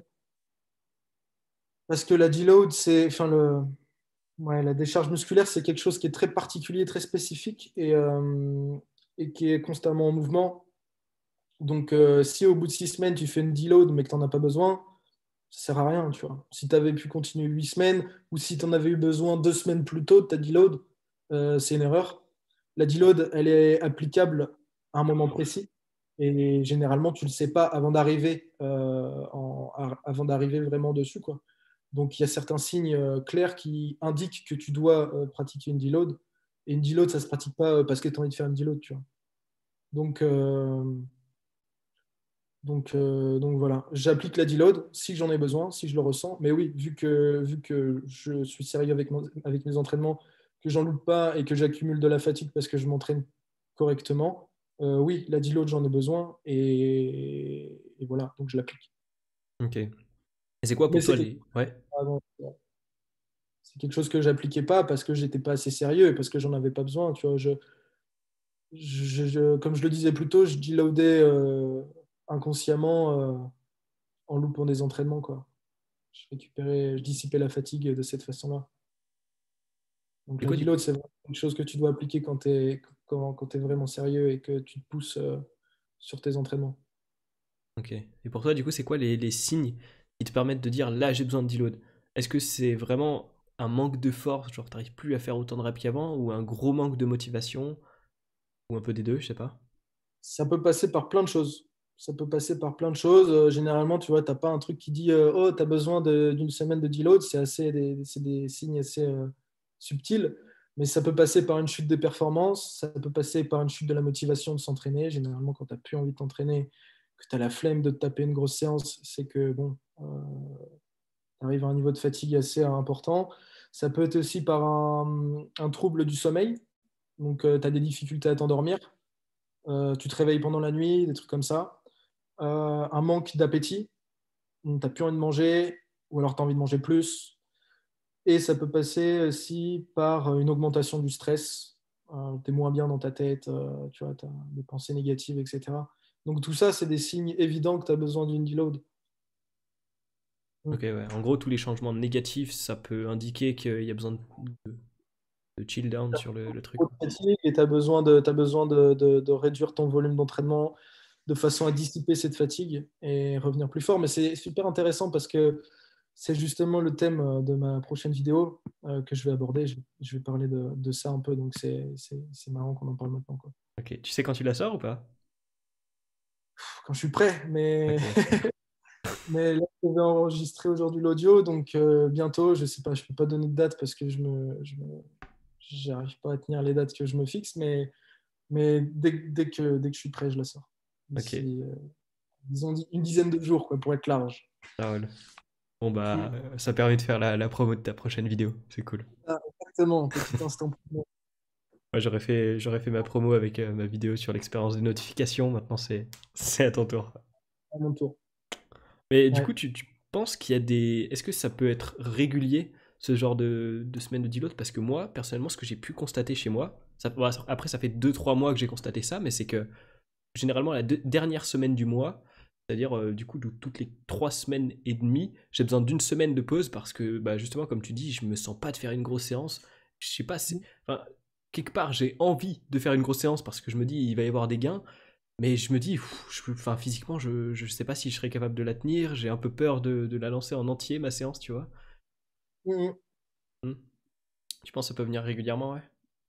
Ah ben ouais, ça dépend de ta capacité de récupération, ça dépend de plein de facteurs de ta vie quotidienne, ton stress accumulé, ton activité physique, ton rythme d'entraînement, enfin, ça vient de plein de choses. Il y a des personnes qui vont jamais ressentir cet état de fatigue. Enfin, si tu t'entraînes sérieusement, tu es obligé de le ressentir, mais je veux dire que tu peux le ressentir plus tard, c'est-à-dire que tu as plus de capacité à te pousser dans tes entraînements et tu vois, une personne peut avoir besoin d'une semaine de deload au bout de 3 semaines et une personne peut en avoir besoin au bout de 6 semaines ou 8 semaines, tu vois. Donc c'est très variable, ça dépend de plein de choses. Et, euh, et ça dépend aussi de ton application de ton entraînement, de la façon dont tu appliques la surcharge progressive. Si tu vas direct dès la première semaine de ton programme, si tu vas quasiment à l'échec musculaire, tu peux être sûr que si tu continues comme ça, sur l'espace de 1, 2 ou 3 semaines, tu as besoin d'une semaine de décharge parce que tu as commencé trop fort, tu vois. Tu as commencé trop fort et du coup, la fatigue, elle s'accumule dès le début de ton cycle. Et généralement, ta fatigue, les premières semaines de ton cycle, tu es censé être en dessous de ton maximum, de ta capacité maximale à récupérer. En gros, tu vois, disons que ça, c'est la ligne de ta capacité à récupérer. Ton cycle, il commence là. Tu te rapproches progressivement de ta capacité max à récupérer. Tu la dépasses et sur les dernières semaines de ton cycle, tu es au-dessus et tu ne peux pas récupérer plus que ce que tu t'entraînes, que le volume que tu entraînes, tu vois.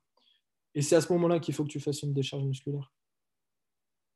Tu vois. Tu dois dépasser ton seuil maximum de volume récupérable. Et une fois que tu l'as dépassé pendant pas trop longtemps, disons pas plus de 2 semaines, quoi, 1 semaine à 2 semaines, c'est à ce moment-là que tu fais une décharge musculaire parce que tu vas commencer à avoir tes performances qui vont chuter, ta motivation qui va chuter, ton appétit, ton sommeil qui va être perturbé, etc. C'est un art, hein, vraiment, enfin, c'est très compliqué, il faut se Hmm. connaître très très bien pour faire une deload et ouais, c'est complexe, quoi. C'est pour ça que pour la plupart des pratiquants, ça sert à rien de faire de la deload, enfin de faire une deload, pardon. Parce qu'il y a pas, les gens ne sont pas assez avancés, enfin les pratiquants ne sont pas assez avancés, ils ne se connaissent pas suffisamment pour pouvoir faire une deload et ne s'entraînent pas assez dur aussi, surtout. Ouais. Du coup, tu penses pas qu'il y a un aspect peut-être un peu hormonal? Parce que nous, on a pas mal vu ça. Il y a très peu de connaissances, en gros, dans le milieu du sport, du rapport aux hormones, surtout au niveau des femmes en général. Et en gros, ce qui se dit, c'est que globalement, chez les hommes, tu as plus ou moins des cycles hormonaux, mais qui sont beaucoup plus durs à déterminer dans le fait que nous, on n'a pas nos règles, tu vois. Et du coup, il faudrait faire soit des prises de sang, soit des tests tous les jours pour estimer où t'en es. Ouais, probablement. Honnêtement, je ne suis pas qualifié pour parler de ça. Je ne connais pas le sujet suffisamment pour te donner mon avis là-dessus, mais forcément, ouais. Ouais, ouais, de toute façon, on a encore plein de choses à découvrir et il y a plein de choses qui sont floues, qui s'éclaircissent au fur et à mesure des années, quoi. Mais je peux pas te donner mon avis là-dessus. Je suis pas qualifié.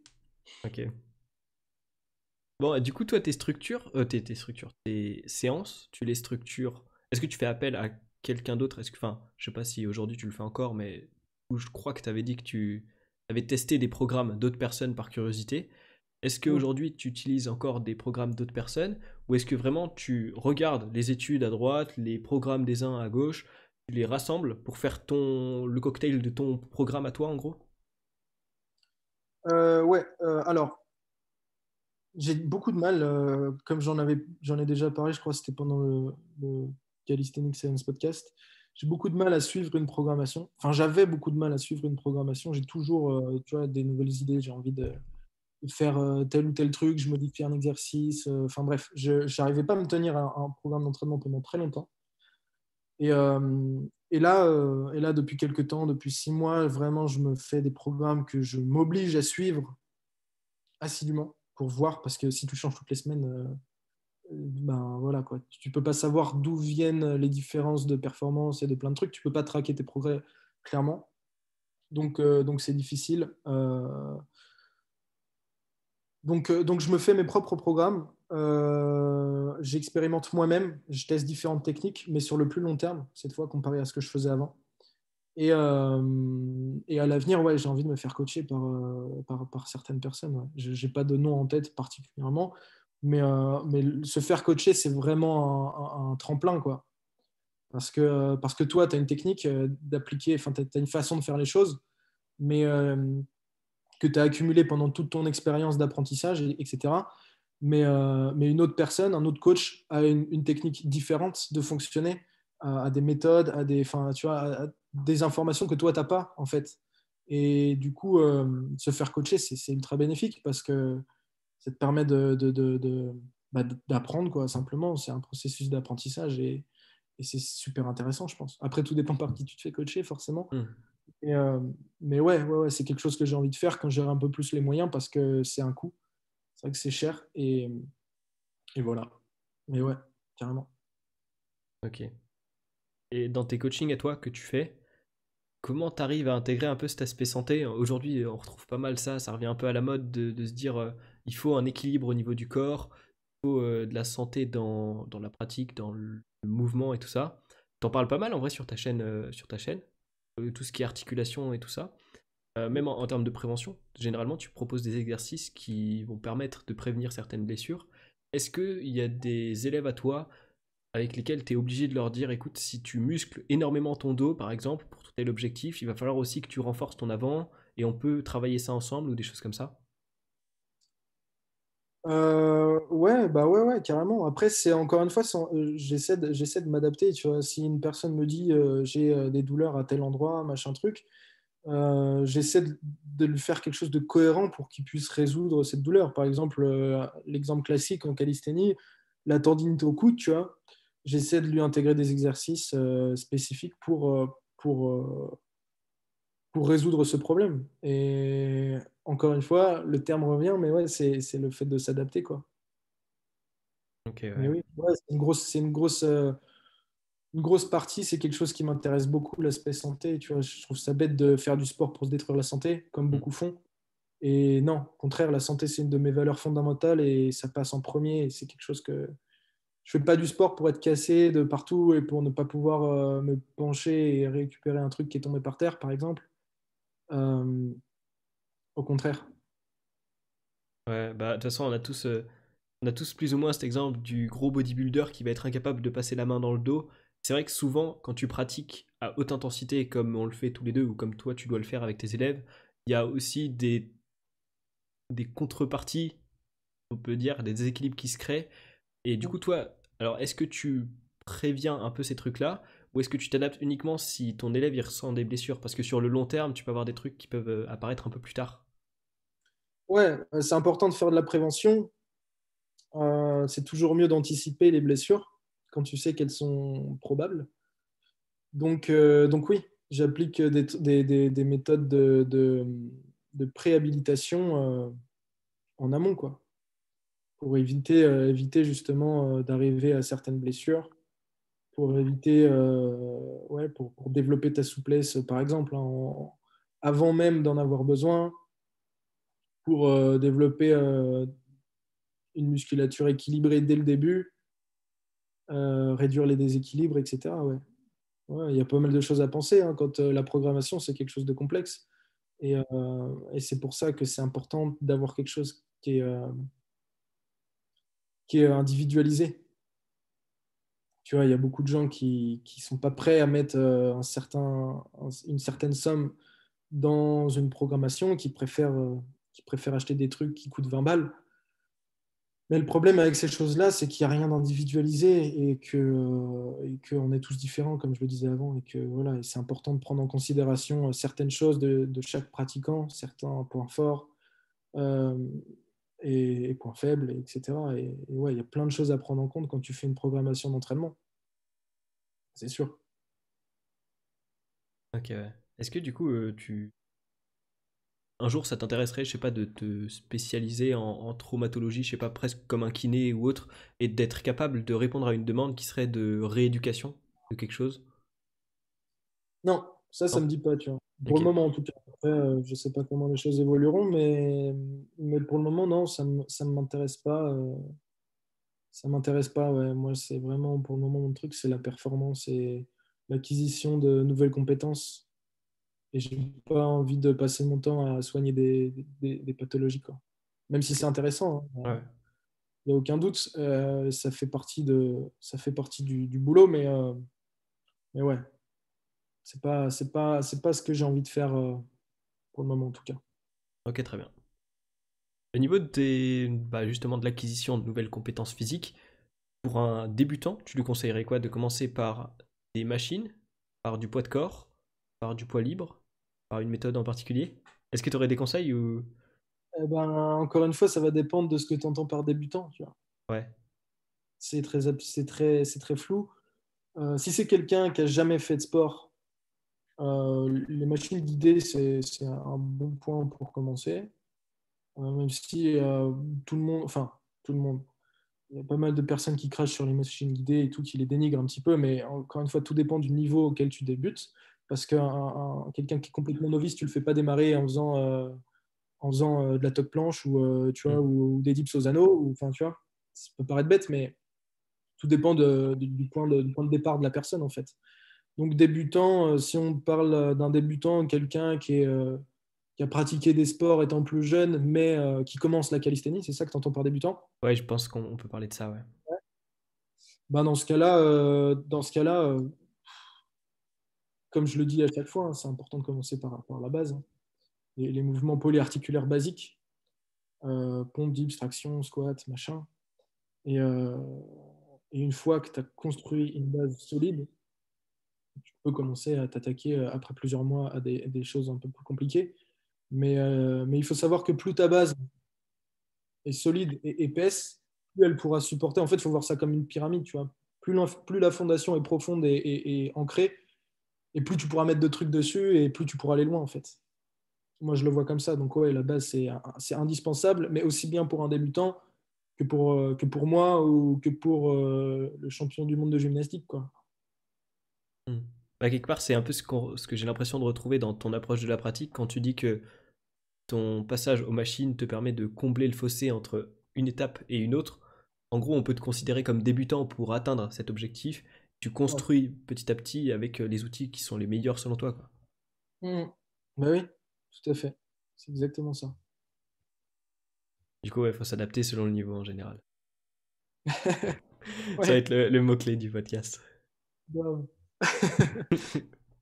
L'adaptabilité. Bah Non, mais tiens, c'est vrai, Ouais, c'est important. ouais, ouais. Du coup, pour rester dans l'adaptabilité, avec la situation sanitaire actuelle, j'imagine que tu dois adapter peut-être certains cours ou autres. Est-ce que toi, tu vois ça presque plus comme une contrainte parce que tu as des clients qui peuvent plus aller en salle de sport, ou est-ce que au contraire, ça augmente ton nombre de clients parce que bah, justement, il y en a qui ont plus de temps libre et qui Mmh. ont plus de temps pour ça? Ben, faut dire que il y a beaucoup de domaines qui sont impactés par le Covid, mais moi, c'est pas trop, enfin, qui sont impactés négativement par le Covid. Mhm. Dans ce que je fais, c'est pas vraiment le cas finalement, et j'ai une grosse évolution de ma chaîne pendant le premier confinement. puisque les gens avaient plus de temps, ils étaient sur les écrans et les salles étaient fermées. Donc, plus d'accès à quoi que ce soit. Ils ont dû trouver des alternatives pour s'entraîner à la maison et principalement au poids de corps. Donc, forcément, certains sont tombés sur ma chaîne. Et ça m'a permis de me faire découvrir et d'augmenter aussi mes ventes, hein, forcément, directement. Donc c'est bénéfique pour moi et c'est cool, quoi. Après, forcément, il faut s'adapter, mais c'est pas parce qu'on n'a pas accès à une salle qu'on peut pas progresser. Il y a plein de choses à faire. À partir du moment où tu as, comme je le disais plus tôt, 2-3 équipements indispensables, tu peux progresser. Il suffit juste de connaître les progressions et, et les façons de faire pour adapter la pratique à ton niveau, quoi. Donc, Ok. en aucun cas, c'est un frein, en fait. Au contraire. Oui, c'est chiant parce que tu as t'as moins d'objets, tu as moins comment dire, t'as moins de choses pour adapter tes entraînements et progresser comparé à quelqu'un qui a à disposition une salle de sport. Mais d'un autre côté, tu as plus de demandes et tout. Donc ouais, non, moi, je vois pas ça comme un problème.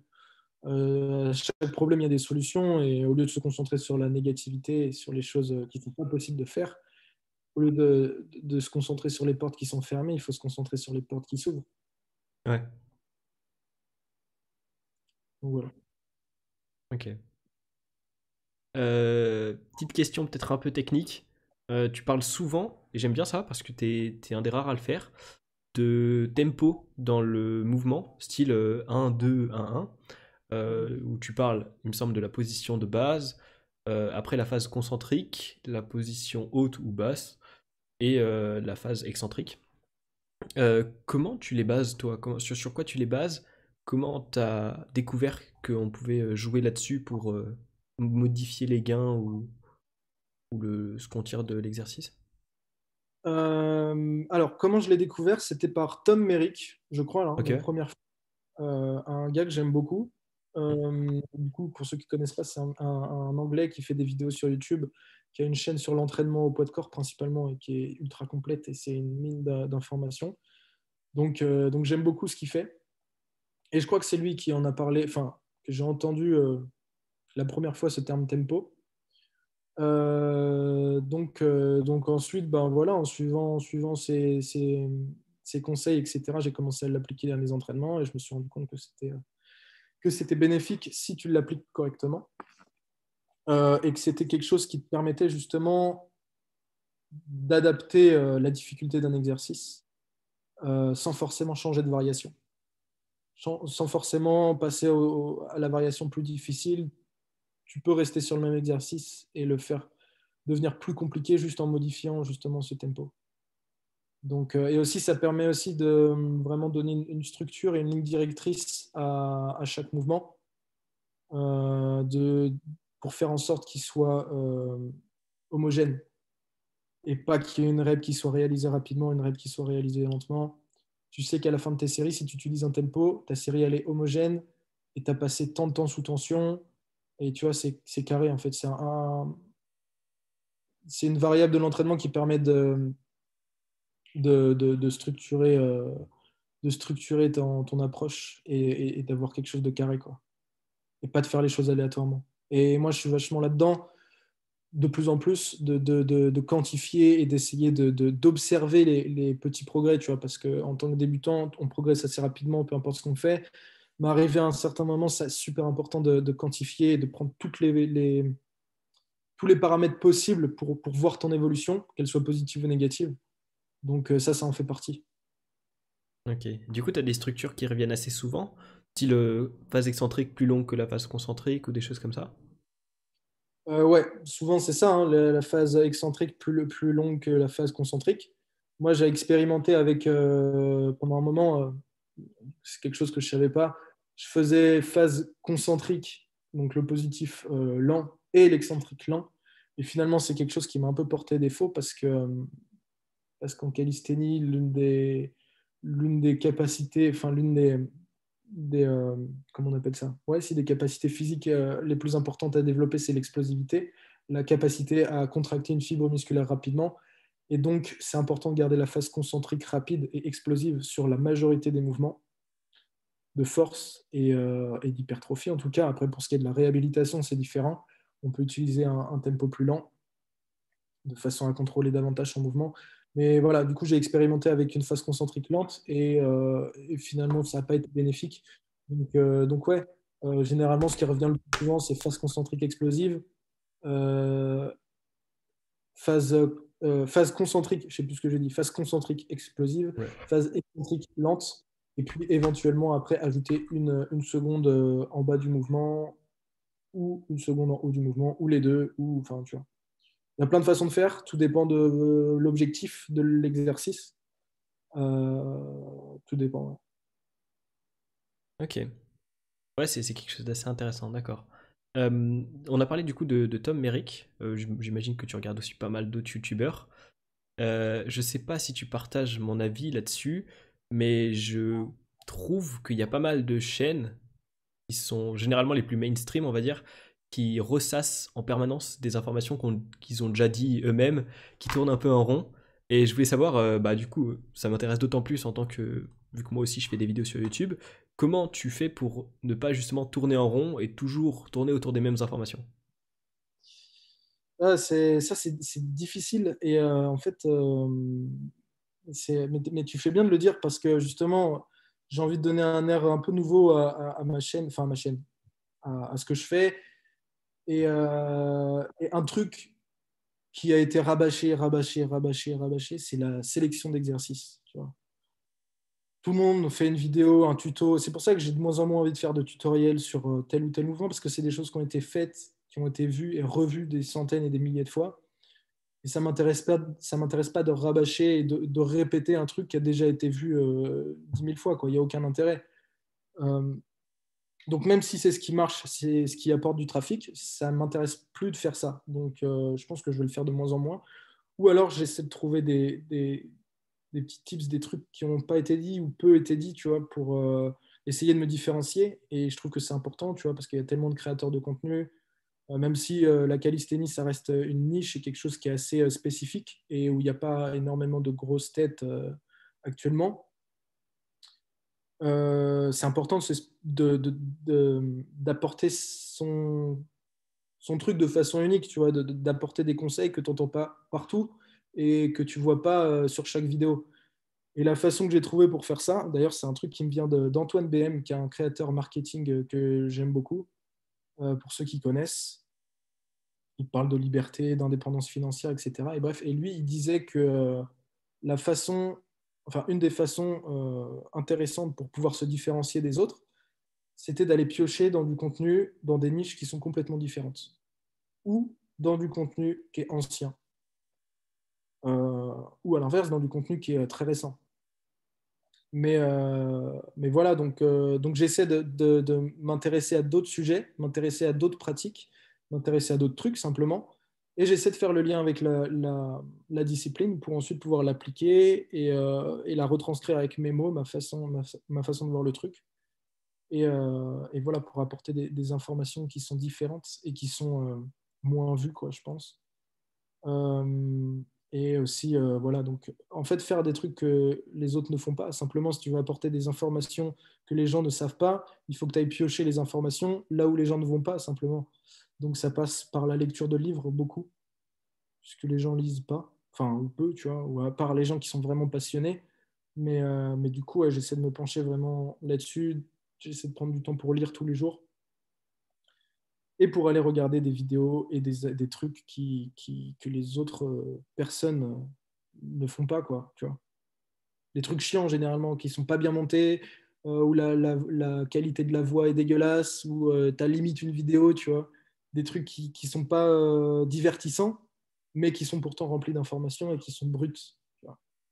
C'est là-dedans que je trouve le plus de valeur, et c'est grâce à ça qu'ensuite je peux retranscrire l'information, la remodeler à ma sauce, et apporter un petit peu de montage, du visuel, une qualité enfin voilà quoi, un truc intéressant à regarder, je trouve, enfin, de mon point de vue du moins. Donc voilà comment je fais. Ok, ouais, du coup ta solution c'est d'avoir une approche un peu différente en gros, en général. Ouais, et c'est pour ça, mais pour aussi tout, en fait, ça fonctionne pour tout, tu vois. Enfin, par définition, la masse de population a des résultats basiques, linéaires, enfin pas linéaires, mais ouais, des résultats basiques. Et si tu veux différencier, si tu veux avoir des résultats exceptionnels ou qui sortent de la masse, eh ben, il faut faire ce que les autres ne font pas, en fait.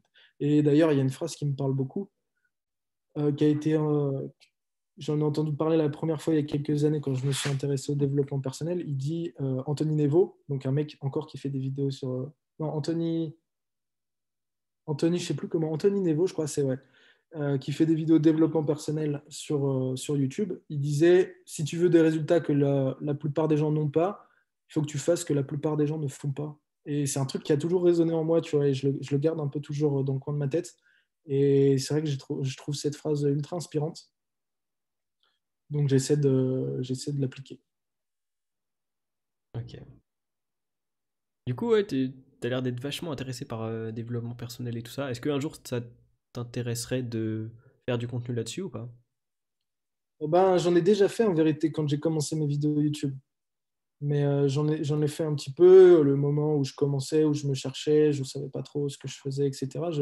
J'expérimentais différentes choses et j'en ai déjà parlé sur certains sujets, j'ai déjà parlé de développement personnel, mais c'est quelque chose qui est lié aussi avec ce qu'on fait indirectement. Maintenant, j'ai décidé de me focaliser vraiment sur l'entraînement et sur tout ça, mais ouais, ça fait partie intégrante de qui je suis et de pourquoi je suis arrivé là, quoi.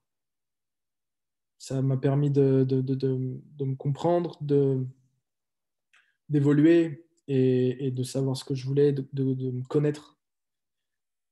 Et ouais, c'est une grosse partie, c'est un truc qui a vraiment eu, comme j'en parlais au début de la vidéo, j'ai eu un déclic avec ça il y a quelques années et ça m'a vraiment, vraiment aidé, quoi. Donc ouais, pour moi c'est important, même si ça peut paraître un peu cliché, un peu, tu vois, mais pourtant c'est capital, quoi. C'est grave important, même si aujourd'hui j'y porte beaucoup moins d'importance parce que j'en ai moins besoin et parce que je suis focalisé sur d'autres trucs. C'est quand même quelque chose qui m'a beaucoup intéressé et dans lequel je me suis beaucoup plongé il y a de ça 2 années, je pense. Ouais. Ouais, j'ai l'impression que de toute façon, en général, les gens qui apprécient le développement personnel, c'est les gens en qui il y a eu ce déclic, justement. Parce que bah, tu disais que c'était pas mal lié avec la pratique de enfin, vouloir développer son physique, que ce soit de manière esthétique ou en termes de force. Et tu vois, il n'y a pas plus tard il y a 2 jours, là, j'ai rencontré un nouveau gars alors que je m'entraînais. Et le mec, il me disait que bah, lui, il faisait du street workout, mais il était complètement barbé par tous ces trucs de développement personnel. Qu'il disait, oui, on sait tout ça, on sait qu'il faut faire tel truc et tout ça. Et c'est vrai qu'en général, le public n'est pas nécessairement le même, mais c'est vraiment presque ouais, une niche dans une niche, tu vois, quelque part. Mhm. Ouais, carrément. Ouais, ouais, ouais. Après, il y a savoir et il y a appliquer, quoi.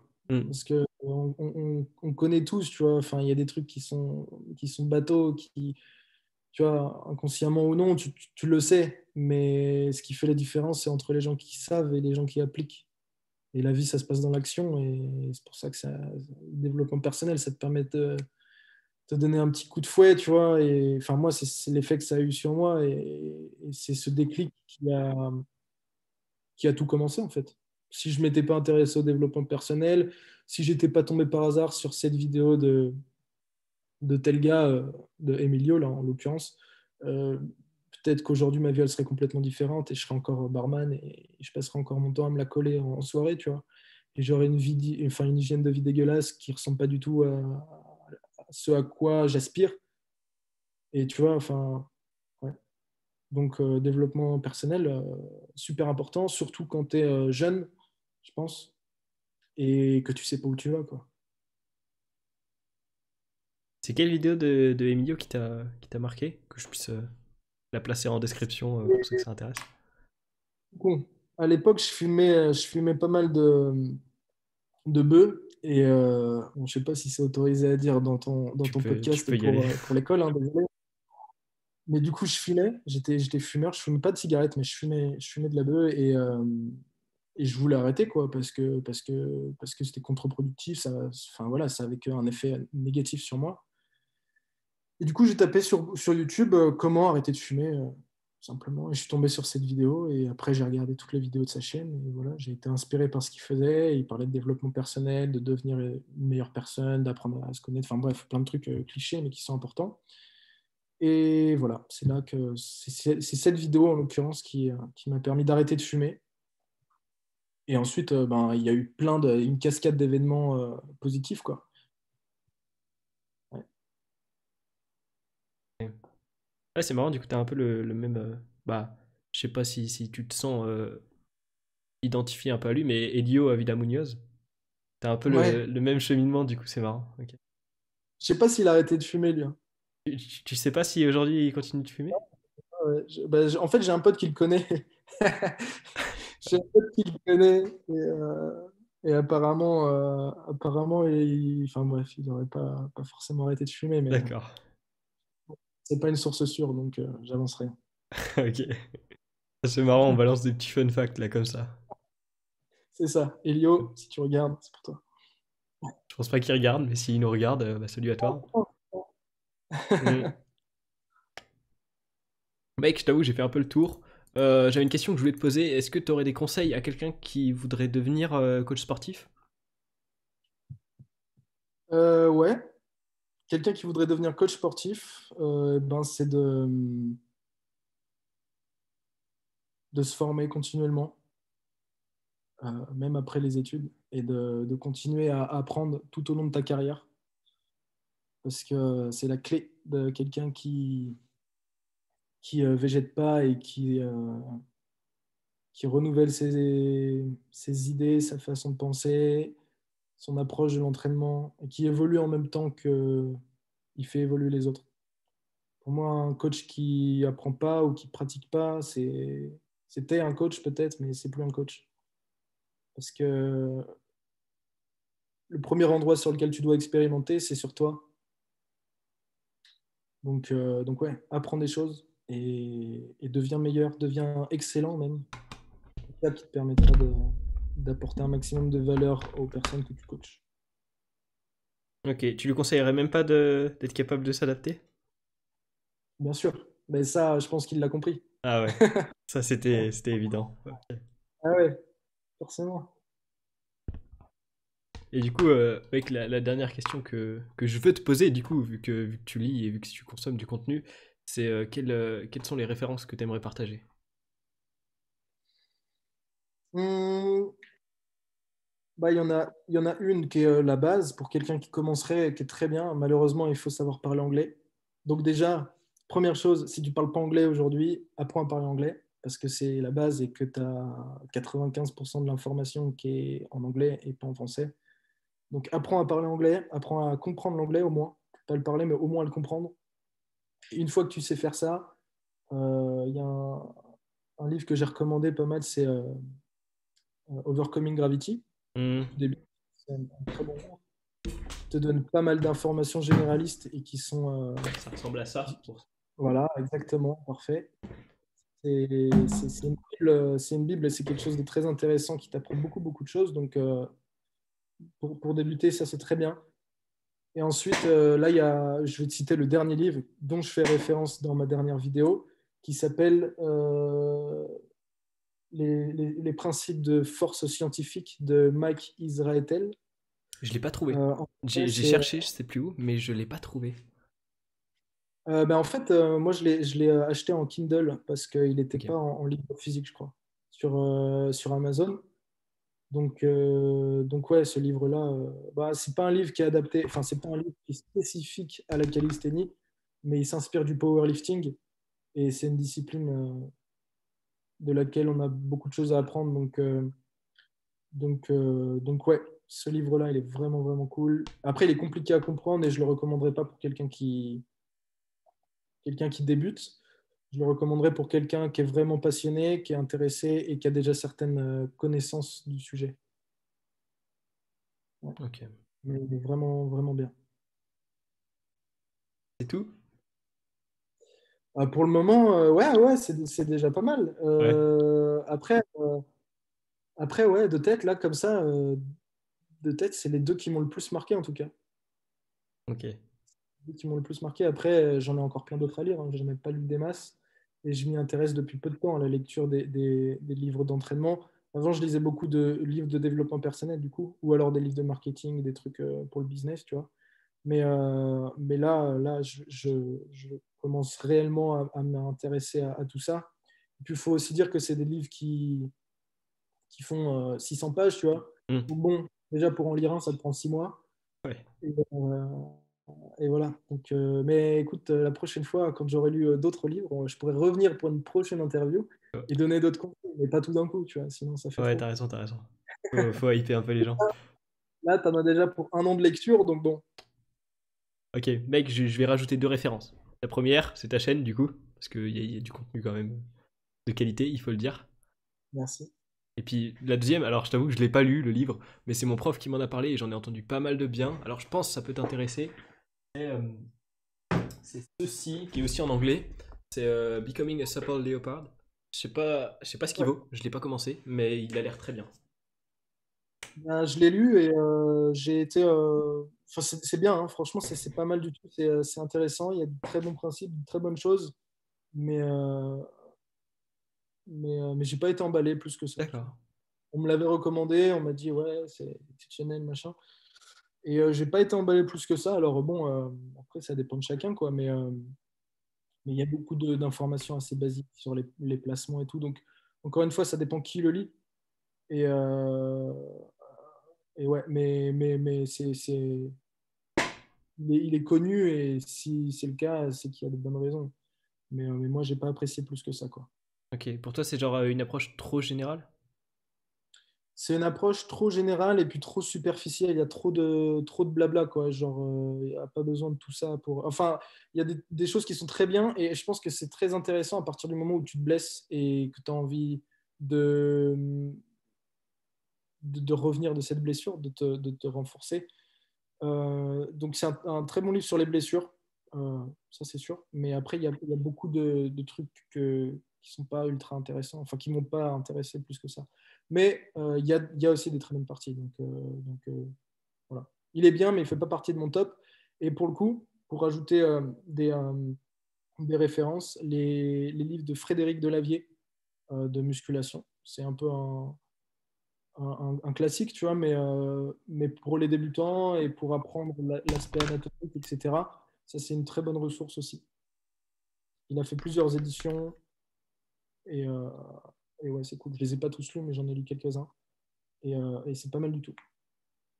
Ça te donne déjà une bonne base, une bonne approche de l'entraînement.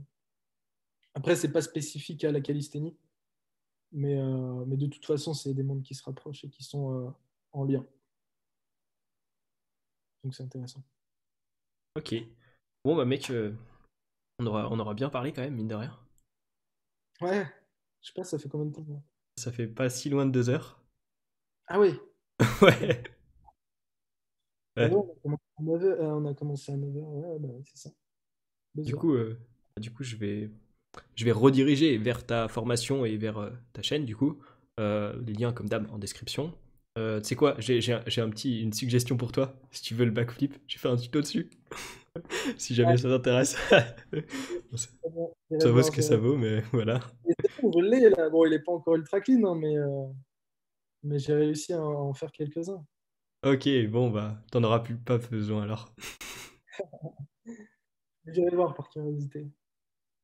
Puis du coup, ouais, s'il y a des gens parmi ceux qui nous écoutent qui veulent avoir du coaching, ben, je les invite à aller voir ce que tu fais et, et à se renseigner sur ta formation. Après, moi, peut-être dans quelques années, je serai coach aussi. Est-ce que d'ailleurs, tu vois les autres coachs sportifs comme des concurrents ou comme des gens de qui tu peux apprendre? Non, moi je les vois comme des gens que je peux apprendre. Enfin, c'est forcément des concurrents, Ouais. mais concurrent, ça veut pas dire négatif, quoi. C'est pas Mhm. forcément un truc négatif. Au contraire, moi je trouve ça cool parce que plus il y a de concurrence dans un domaine, plus ça veut dire qu'il y a du monde qui s'intéresse à cette discipline et plus ça veut dire que le marché est potentiellement en croissance et grand, quoi. Donc tu as ta place à te faire à partir du moment où tu te différencies et que tu t'adaptes. Ouais, t'adaptes. Non, mais ouais, non, plus sérieusement, ouais, non, c'est cool. Franchement, tous les gens, tous les créateurs français et tout, j'aime bien, tu vois, c'est cool. C'est une communauté. En plus, c'est une petite communauté. On s'entraide, on discute entre nous. Bon, après, ça dépend qui, mais il y a des gens qui sont plus ouverts que d'autres. Mais en règle générale, ça se passe bien. Puis on n'est pas 10 000, quoi. Tu vois, s'il doit y avoir 10 créateurs de contenu français, enfin, il y en a plus, mais ouais. Du coup, non, c'est intéressant d'apprendre de chacun et de se renvoyer la balle, quoi. Enfin, de partager ses expériences et de s'aider à grandir ensemble plutôt que de se faire la guerre et se tourner le dos, quoi. Ouais, j'aime bien cette mentalité. Ok. Ouais. Bon, bah, ça va être sur un beau message qu'on va pouvoir terminer ce podcast. Yes. Et bah, du coup, merci de nous avoir écoutés jusqu'ici. Fallait du courage et de la passion. C'est l'essentiel aussi. Ouais. Et puis bah, peut-être qu'il y aura une suite, qui sait, un jour. Mais Avec plaisir. bah, j'apprécierais aussi beaucoup. Mais d'ici là, bah, en tout cas, bah, bonne journée et bonne suite à tout le monde. Et puis voilà. Yes. Salut.